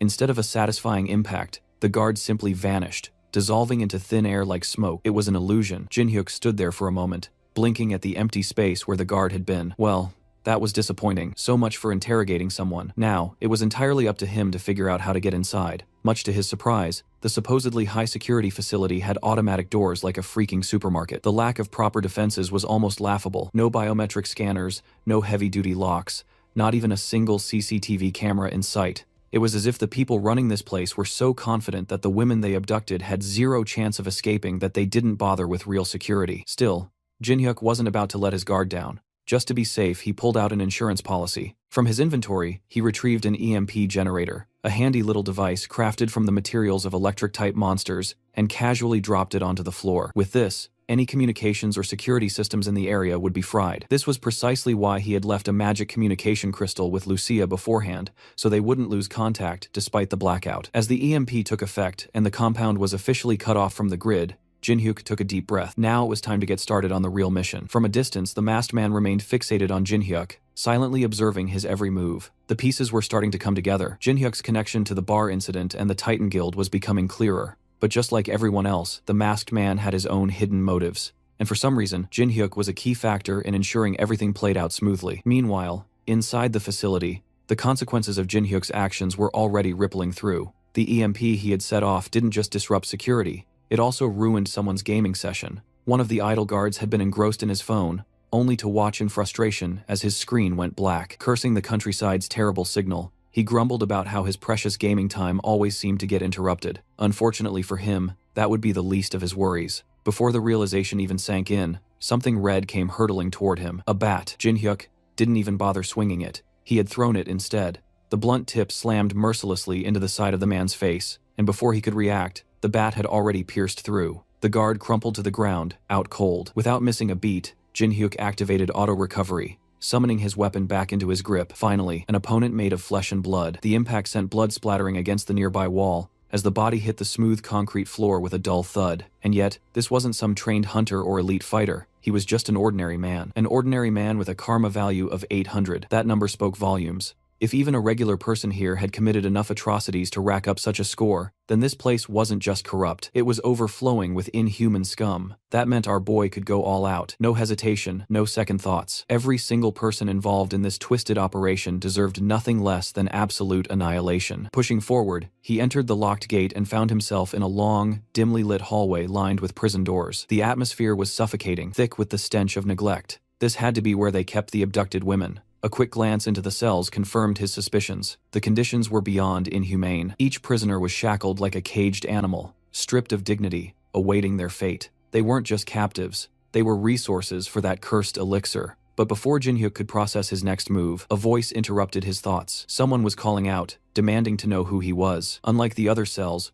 one held a man. Jin-hyuk's eyes narrowed as recognition set in. The prisoner wasn't just anyone. He was wearing the uniform of the Tyrant Guild. Despite his own predicament, the captive wasted no time warning Jin-hyuk to get out while he still could. Whatever was happening inside this facility, it had already driven everyone to the brink of insanity. Staying any longer was a death sentence. Meanwhile, outside, the so-called team leader was busy checking his watch, tracking the progress of Jin-hyuk's infiltration. It had been a while since the young man entered, and things were still eerily quiet. Maybe it was time to make a move. Young-suk didn't hesitate. With a single order, his men were set into motion, advancing toward the facility in a synchronized rush. Dressed in black jackets, the Titans swarmed forward like a mass of eager flies, ready to strike at the first sign of trouble. Meanwhile, Lucia stood at the side, utterly unfazed by the rush of activity. Young-suk threw her a glance, still unable to figure out what her deal was. Unlike the rest of them, she didn't seem the least bit concerned. Finally, as the four-eyed bastard joined his men outside, Lucia mulled over her own role in all this. Before the mission had begun, Jin-hyuk had been clear. He would handle everything inside the building alone. That was his fight. Her job was different. She was here to keep an eye on the Titans. They still had no idea what Han Young-suk might try to pull, and that meant she had to stay vigilant. The boy had warned her against getting too involved, but playing it safe had never been her style, and she wasn't about to start. Now, back inside the facility, the prisoner finally introduced himself as Young Da-hoon. Jin-hyuk, sizing him up, wasted no time in questioning how a Tyrant Guild member had ended up in such a pitiful state. Da-hoon didn't hesitate to admit the truth. He had been locked up for attempting to kill all himself. Right now, the only reason they were keeping him alive was for his expertise in illusion magic. That distortion effect on the protective barrier. The fake guard. Yeah, all his work. Jin-hyuk found himself intrigued. Why would someone betray their own guild and sabotage its research? The answer was simple. Da-hoon just couldn't stomach the cruelty anymore. Watching his colleagues throw women to monsters as bait had pushed him to his limit. Eventually he snapped, tried to take Al-Rauni down once and for all, and got caught. For once, Jin-hyuk was pleasantly surprised. A tyrant guild member with a conscience. That was a rare sight. Even the man's karma value was surprisingly low, just 62. Without hesitation, Jin-hyuk extended an offer. If Dae-yu wanted to tear down this wretched facility, they might as well work together. Meanwhile, in the control room, the grunt assigned to monitor security was having a peaceful little nap in his chair. It wasn't the first time, and it probably wouldn't be the last. He always got sleepy at this hour, and really wasn't a big deal. Nothing ever happened here, at least that's what he thought. The moment he woke up, something was off. Instead of the usual live feeds of the entire facility, the screens in front of him were pitch black. He blinked, looked around in confusion, and tried to make sense of the situation. Panic set in as he scrambled to reboot the system, only to realize the real problem. The power source had been fried. Thanks to Jin-hyuk's EMP, every electronic device, including smartphones, was out of commission. The entire system was dead, and he had slept through the whole disaster. If there was an award for Employee of the Month, he was definitely not getting it. Just outside the command center, a few Tyrant Guild members were passing the time with a card game, having the time of their lives. That was, until their relaxed evening was rudely interrupted by the control room guy screaming about an emergency. Annoyed, the players turned to him,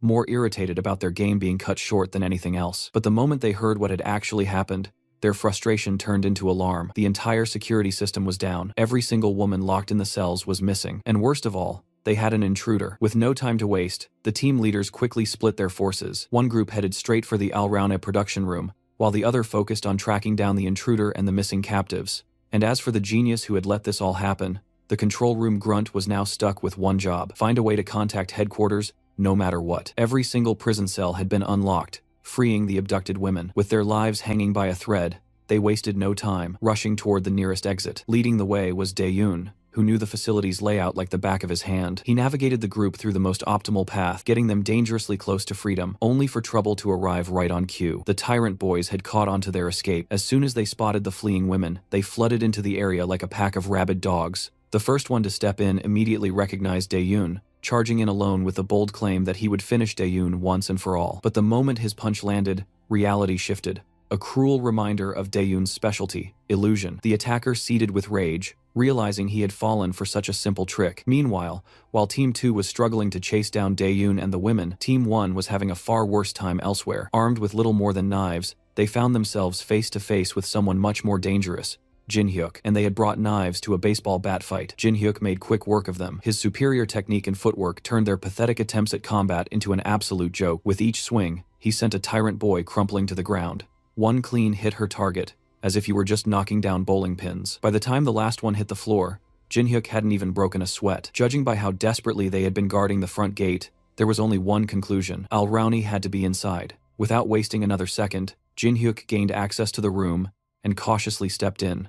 The sight that greeted him was even more vile than he had imagined. The tyrant scum hadn't just been making the inhumane drug. They built an entire underground lab to mass-produce it. Human-sized test tubes filled the space, each one containing a woman the guild had abducted for their twisted experiments. The sheer scale of their operation was enough to make his stomach turn. But the worst part of all, at the center of the lab, encased in protective glass, was the source of this nightmare. The monster responsible for all this grief and suffering, Al Rauna, Jin-hyuk, tightened his grip on his bath. The creature showed no reaction to his presence, completely still. It was entirely possible that it was asleep. That was fine. It just made things easier. With a smirk tugging at his lips, he called forth the lightning dwelling inside his weapon, electricity crackling through the air. Stepping into his batting stance, he prepared to take the ultimate swing. If everything went according to plan, he would end this tonight. Suddenly, without warning, tentacles burst from the tubes, lashing out at the boy with terrifying speed. Glass shattered all around, as a monstrous creature emerged from the wreckage, roaring in fury. Jin-hyuk reacted instantly,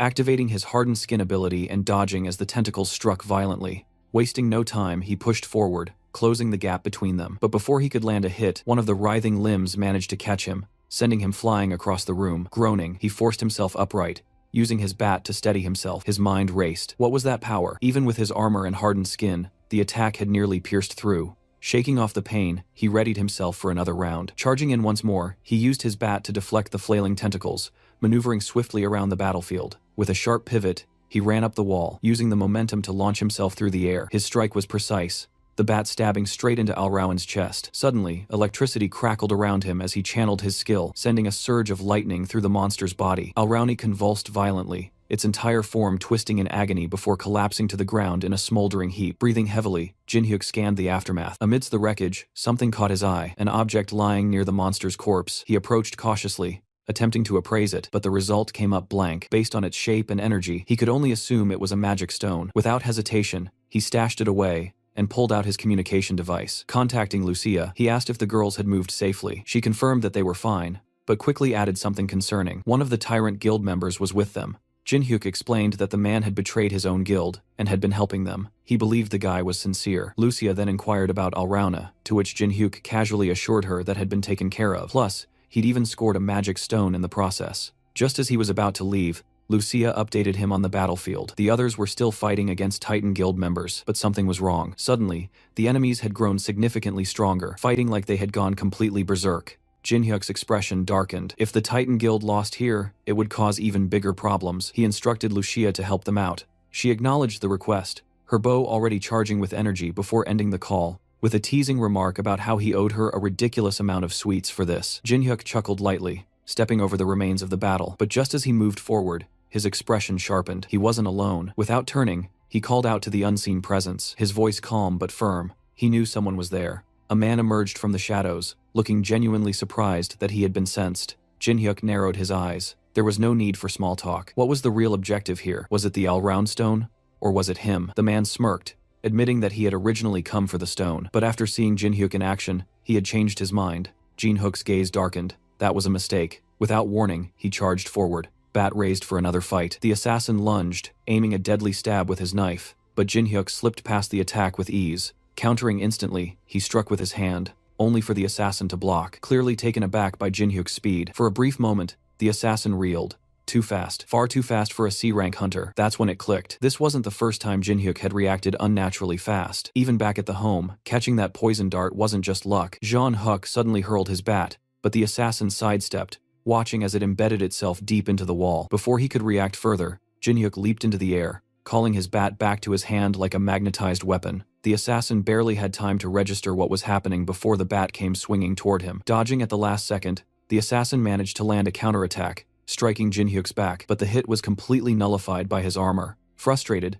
the assassin adjusted his strategy, aiming directly for the boy's neck, but Jin-hyuk deflected him with a forceful shove. Without wasting a second, Jin-hyuk charged his bat with raw electricity, forming a concentrated lightning ball before hurling it straight at the assassin. The man barely managed to conjure a defensive shield, struggling to withstand the sheer force of the attack. Smoke filled the air as the battlefield crackled with energy. Through the lingering smoke, Jin-hyuk surged forward, his grip tightening around the bat. With deadly precision, he struck the assassin, the weapon crackling with lightning as the force of the impact coursed through his enemy's body. One final blow ended the fight. The assassin collapsed lifeless. Outside, chaos reigned. The Titan Guild members worked swiftly, burning the bodies of the fallen Tyrant Guild hunters to erase all traces of the battle. Amidst it all, Young-suk, now tending to his wounds, reflected on how close they had come to death. If that elf hadn't stepped in, they would have been wiped out. Her arrows, sharp, swift, and relentless, had matched the caliber of an S-rank hunter, a terrifying thought in itself. As the cleanup continued, a hunter approached with an update. All the wounded had been transported to the hospital,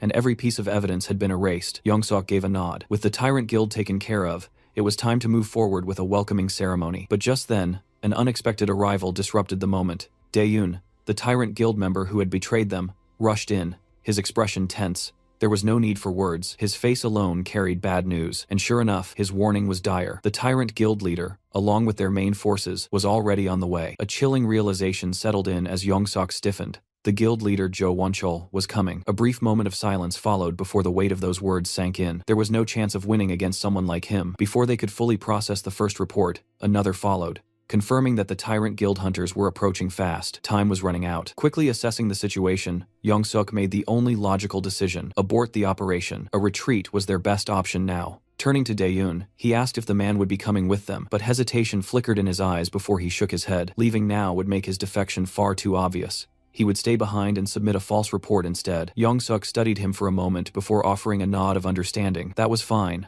but one thing was certain: an all-out war between the guilds had to be avoided for now. Before departing, he issued one final order: pin everything on Hunter Kang Jin-hyuk. The informant remained silent, weighing the implications of that command. Meanwhile, the Titan Guild made their retreat. As they ran, one of the hunters voiced his skepticism, questioning whether Young-suk's trust in Dae-yoon was warranted.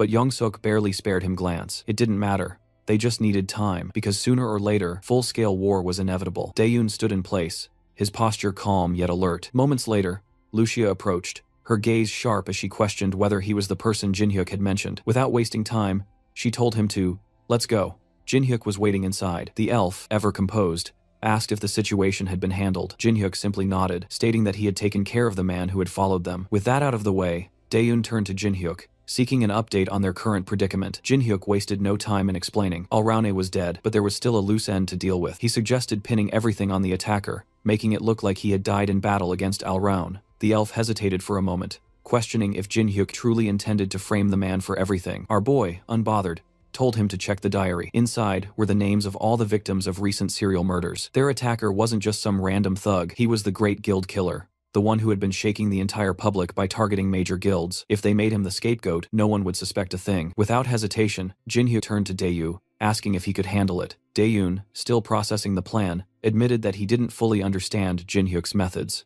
But if he was saying there wouldn't be problems later, then that was enough. He assured them that he would take care of the rest, and urged them to leave. After all, the Tyrant Guild was already on its way. They had roughly 2 hours before their arrival. Fortunately, the advanced party had been nothing more than an illusion he had created. Before parting ways, the Dae-yoon expressed his gratitude, thanking Jin-hyuk for saving him and the others. Jin-hyuk, as usual, dismissed it casually. There was no need for thanks, just a simple request to contact him once everything was over. As he walked away, our boy couldn't help but smirk at the thought of what was about to unfold. The Tyrant Guild had suffered a massive blow, and once the other guilds caught wind of it, they wouldn't just sit back and watch. The guild's downfall was inevitable, and honestly, he was looking forward to seeing it crumble. Meanwhile, the scene shifted to Titan Guild's master, Seo Sangho, and his secretary, deep in discussion over the latest developments. The situation had escalated beyond expectations, and it was no longer just a problem for the Titan Guild. It affected the entire guild system. Sangho decided that the best course of action was to share the information anonymously. His secretary, however, pointed out that doing so would benefit other guilds,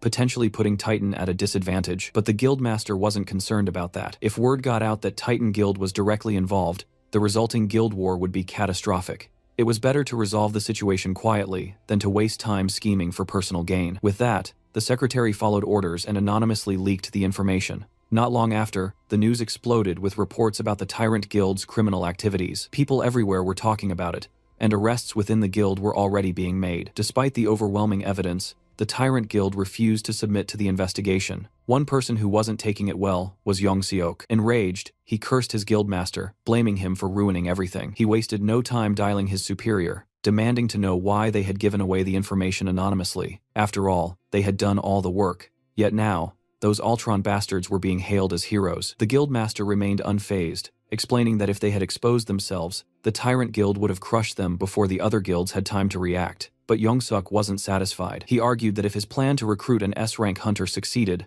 the Tyrant Guild wouldn't stand chance. The guildmaster, however, wasn't convinced. He questioned whether Young-suk could truly guarantee victory against the Tyrant Guild's master, and more importantly, what would happen to the civilians caught in the crossfire. Young-suk dismissed the concern, calling it a minor loss compared to the power they would gain by absorbing the Tyrant Guild's strength. That was the last straw. The guildmaster, voice filled with frustration, demanded to know what the point of being a hunter was if they couldn't even protect civilians. Young-suk's so-called loyalty to the guild was nothing more than selfish ambition, and he wasn't fooling anyone. Before Young-suk could argue further, the call was cut off. Furious, he slammed his fist into his monitor, seething with resentment. As long as his current guildmaster remained in power, the Titan Guild would never move forward. But he had no intention of sitting around and accepting that. Without hesitation, he made another call. The voice on the other end was uninterested, already knowing what this was about. Another recruitment attempt. He wasn't interested, unless of course it was for the position of guildmaster. This time, Young-suk didn't hesitate. He would make it happen. He would give him the position. And with that, the next move was set into motion. The scene shifts to our boy, who had been set up for a secret meeting. But instead of choosing a discreet, low-profile location like a normal person, he went ahead and picked the busiest damn cafe right in the middle of the market. If someone wanted him to be subtle, well, they were shit out of luck. As he stepped inside, the place was alive with chatter, the rich scent of coffee filling the air. A mix of people surrounded him, and of course, a good number of them were drop-dead gorgeous women. Before he could even fully take in the scene, a voice called out to him, Dae-yoon, the same old Tyrant Guild buddy he'd been dealing with. Jin-hyuk acknowledged him with a nod. Without wasting time, he asked if the web of lies they'd spun had held up. At first, it seemed like it had. The plan was running smoothly, but as expected, there was a goddamn problem. The Tyrant Guild had decided to form a pursuit team. Jin-hyuk barely reacted. He didn't frown, didn't flinch. Hell, he didn't even look remotely concerned. Instead, with all the urgency of a man debating whether to add more sugar to his coffee, the guild was already hanging on by a thread. Yet somehow, they still found the resources to hunt someone down. He almost found it funny. Dae-yoon had an explanation. The guild's higher-ups weren't buying the story. To them,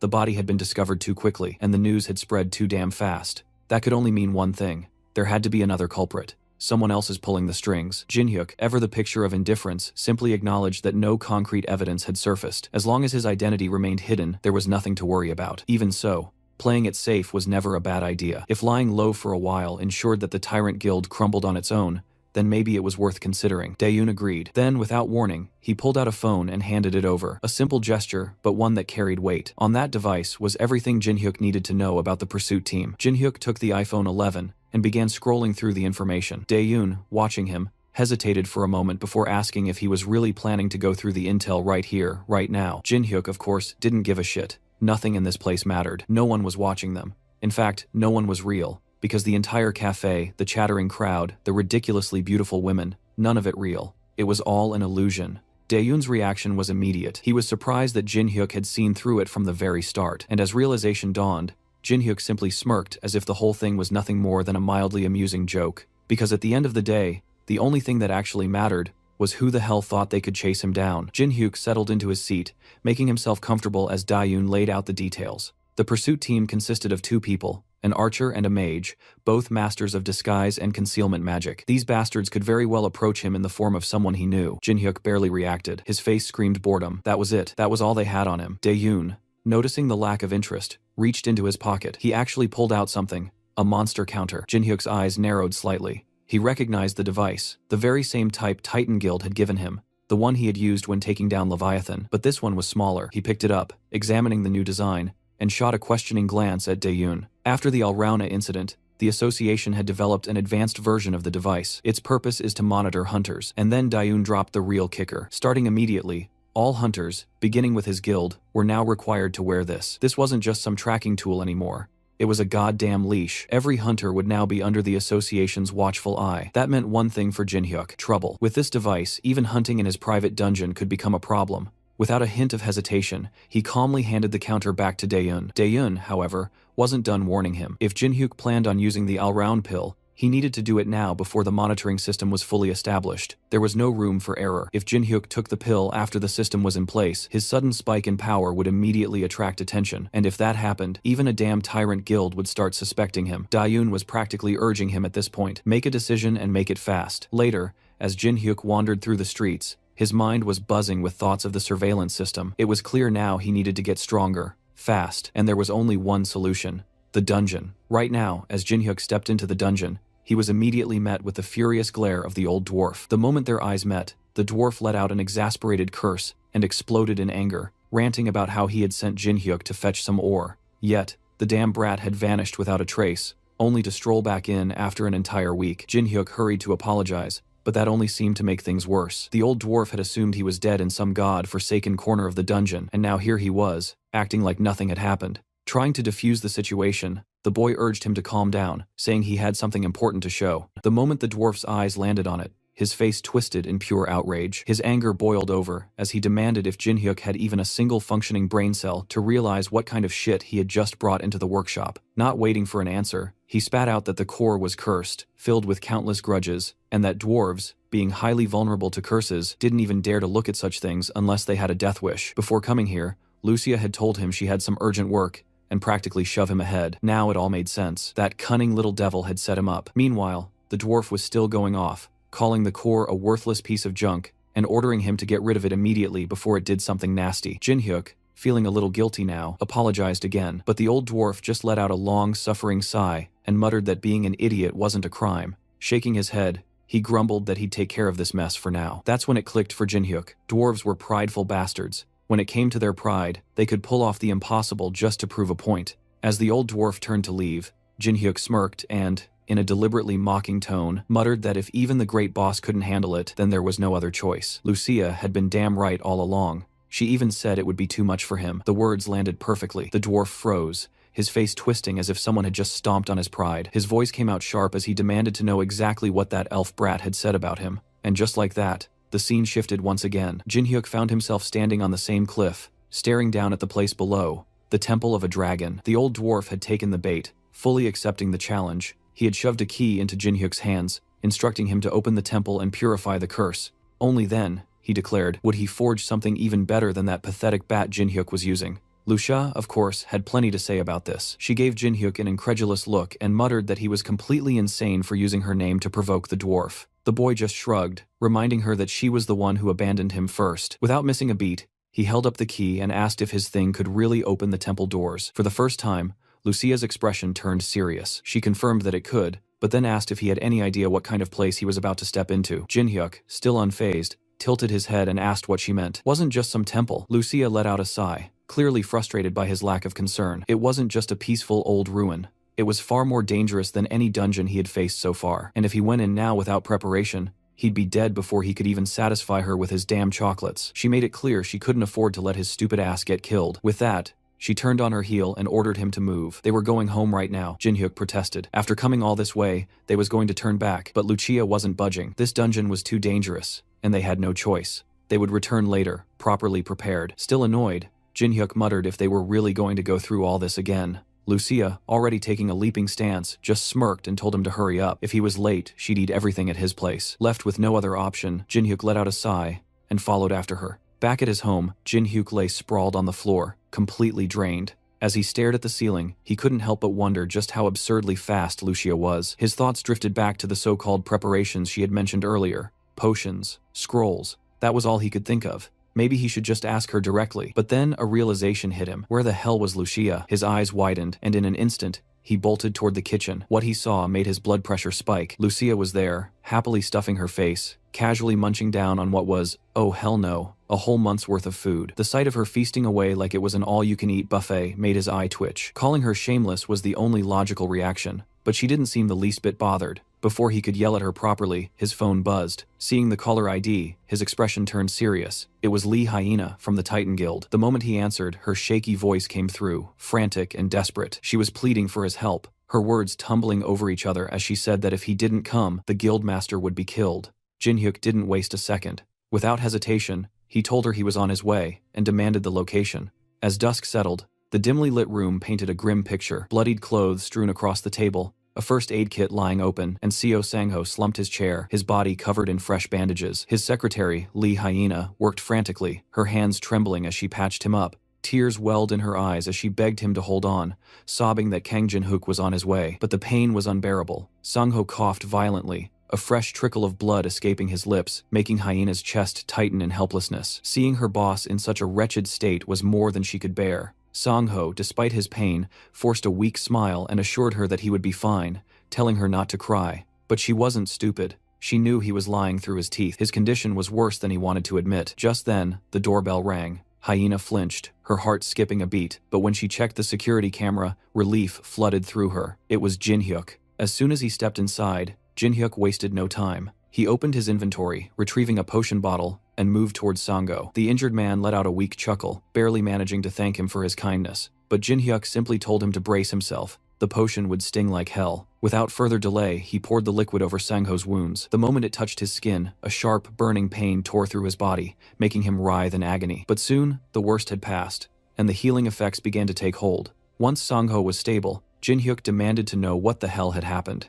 How could an S-ranker like him end up in such a pathetic state? Sang-ho let out a bitter laugh, his eyes filled with exhaustion and rage. It was a trap, he explained, one set by his own guild. The bastards had betrayed him. Earlier that day, he had attended a guild event, but strangely enough, only Yongsuk's faction was present. That four-eyed bastard had planned it all. As they shared a drink, Sang-ho had sensed that something was off, but before he could act, it was too late. The moment the wine touched his lips, his throat burned, and he started coughing up blood. That scumbag had poisoned him. Before he could even recover, they charged at him, intent on finishing the job. Barely clinging to consciousness, he fought with everything he had, forcing his way through them and escaping by the skin of his teeth. But the damage had been done. Now he was left like this, broken and bleeding. Jin-hyuk found it strange. Even if Sang-ho had been poisoned, ordinary guild members shouldn't have been a match for him. But before he could ask further, Songho suddenly broke into a violent coughing fit. Lee Hyena panicked as she noticed the wounds that had been sealed by the potion were reopening. Jin-hyuk immediately realized the poison must be far stronger than he initially thought.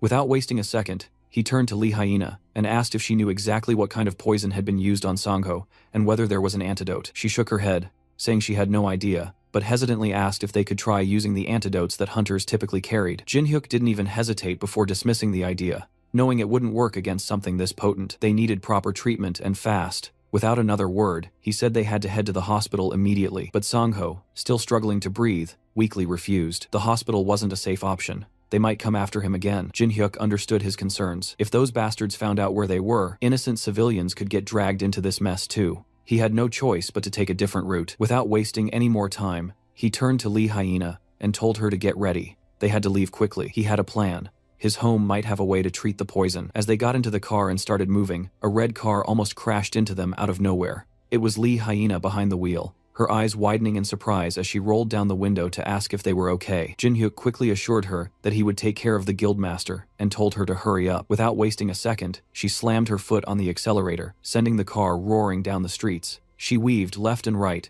drifting through narrow alleys like a pro. Her driving skills were no joke. As they came to a halt at a traffic signal, Jin-hyuk turned to Songho, telling him not to worry and to just stay conscious a little longer. They were almost there. But before he could say anything else, Hyena spoke up. They had a problem. Someone was tailing them. Jin-hyuk's eyes narrowed as he glanced in the rearview mirror. It was the same red car from earlier. The moment the traffic light turned green, Hyena asked what they should do. Jin-hyuk didn't hesitate. They couldn't head to his place while being followed. He had no choice. He told her to follow his directions. After a while, they finally pulled up at a construction site. Jin-hyuk told Hyena that he would block their pursuer and handed her his location, quickly informing the elf to open the door for them. As he stepped out of the car, a man in a black hoodie approached, his voice dripping with mockery. Instead of Seo Songho, a lower-ranked guy was stepping up to block him. Jin-hyuk scanned him, thinking only one person seemed to be tailing them. Just then, his phone rang. It was Lee Hyena. She hadn't left yet. Annoyed, Jin-hyuk picked up and asked why she was still there. But before he could say another word, her panicked voice cut through the line. She told him to run no matter what. The bastard standing in front of him was none other than S-Class Hunter Kang Juntae. Jin-hyuk's heart nearly stopped. An S-Class? Before he could fully process it, the bastard lunged at him, wasting no time and trying to end things quickly. But Jin-hyuk's presence detection skill kicked in at the last second, and his bat moved on its own, blocking the attack just in time. The sheer force of the strike sent the bat flying some distance away, making Jin-hyuk realize just how strong his opponent was. Without wasting another second, he quickly put some distance between them and told Hyena to leave immediately. He couldn't hold this guy off for long, but he would catch up later. She hesitated for a moment, not wanting to abandon him, but in the end, she told him he'd better follow them. Jin-hyuk watched the car speed off. He let out a mocking laugh, asking where they thought they were going. Without hesitation, he summoned his spear and prepared to strike. Lee Hyena, wasting no time, stomped on the accelerator, but before the car could move forward, Juntae had already launched himself into the air. He was certain he had them until something else caught his attention. Jin-hyuk came at him with a powerful kick, but it barely missed. As expected from an S-ranker, Juntae dodged it with ease and immediately countered with his own kick. The impact sent Jin-hyuk skidding across the road, and the stubborn bastard landed on his feet just in time to watch the car disappear into the distance. Jin-hyuk could only hope the others made it out alive. Letting out a relaxed sigh, Juntae turned to Jin-hyuk, annoyed that no one had warned him about an interference. Now irritated, he told Jin-hyuk he was a bit busy and ordered him to get lost if he wanted to live. But Jin-hyuk, pushing himself back up, scoffed and told him to shut his garbage mouth. He wasn't scared of someone like him. If Juntae wanted a fight, he'd give him one. Juntae smirked, clearly amused. He admitted he was impressed by Jin-hyuk's guts, but within a second, he closed the distance, grabbed Jin-hyuk by the collar, and sneered that this was getting entertaining. Without wasting another moment, the fight erupted, both exchanging blows at a relentless pace. Jin-hyuk struggled to keep up, the sheer speed and strength of his opponent overwhelming him. But Juntae, on the other hand, looked absolutely thrilled. It had been a while since he'd found someone who could actually challenge him. With a grin, he urged Jin-hyuk to show him what he had. Then, without warning, Juntae tightened his grip, pulled back, and with both hands on his spear, prepared a lethal strike. Jin-hyuk's instinct screamed at him. If that attack landed, he was dead. Without hesitation, he opened his inventory and equipped his mithril chainmail armor, knowing it would cut both physical and magical damage in half. Just as the armor settled onto his body, Juntae's spear struck his ribs with terrifying force, sending him flying backward. The impact rattled his entire body, but as he gasped for breath, he couldn't help but be grateful he had the armor. Juntae, watching him still standing, narrowed his eyes. He had fought plenty of strong men before, but this one he didn't recognize. Curiosity sparked in his mind as he says he didn't recall anyone like him. And then it clicked. He suddenly recalled a certain class hunter, the one who had taken down the Leviathan. Yongsuk had mentioned him before, the one close to Seo Sangho. Jin-hyuk stiffened. His identity was blown. Even if he got away now, it was only a matter of time before they tracked down his house. His priority had just changed. Escaping from this guy was now the only thing that mattered. Juntae, however, had a different idea. Instead of pressing the attack, he smirked and made an offer. He told Jin-hyuk to forget about Seo Sangho and join forces with him instead. The new Titan Guild needed someone like him. Jin-hyuk couldn't help but chuckle. It was almost pathetic. He had actually hesitated before the fight. But now, hearing this offer, he knew exactly where he stood. Without a second thought, he rejected it outright and told Juntae that they were going all the way to the end.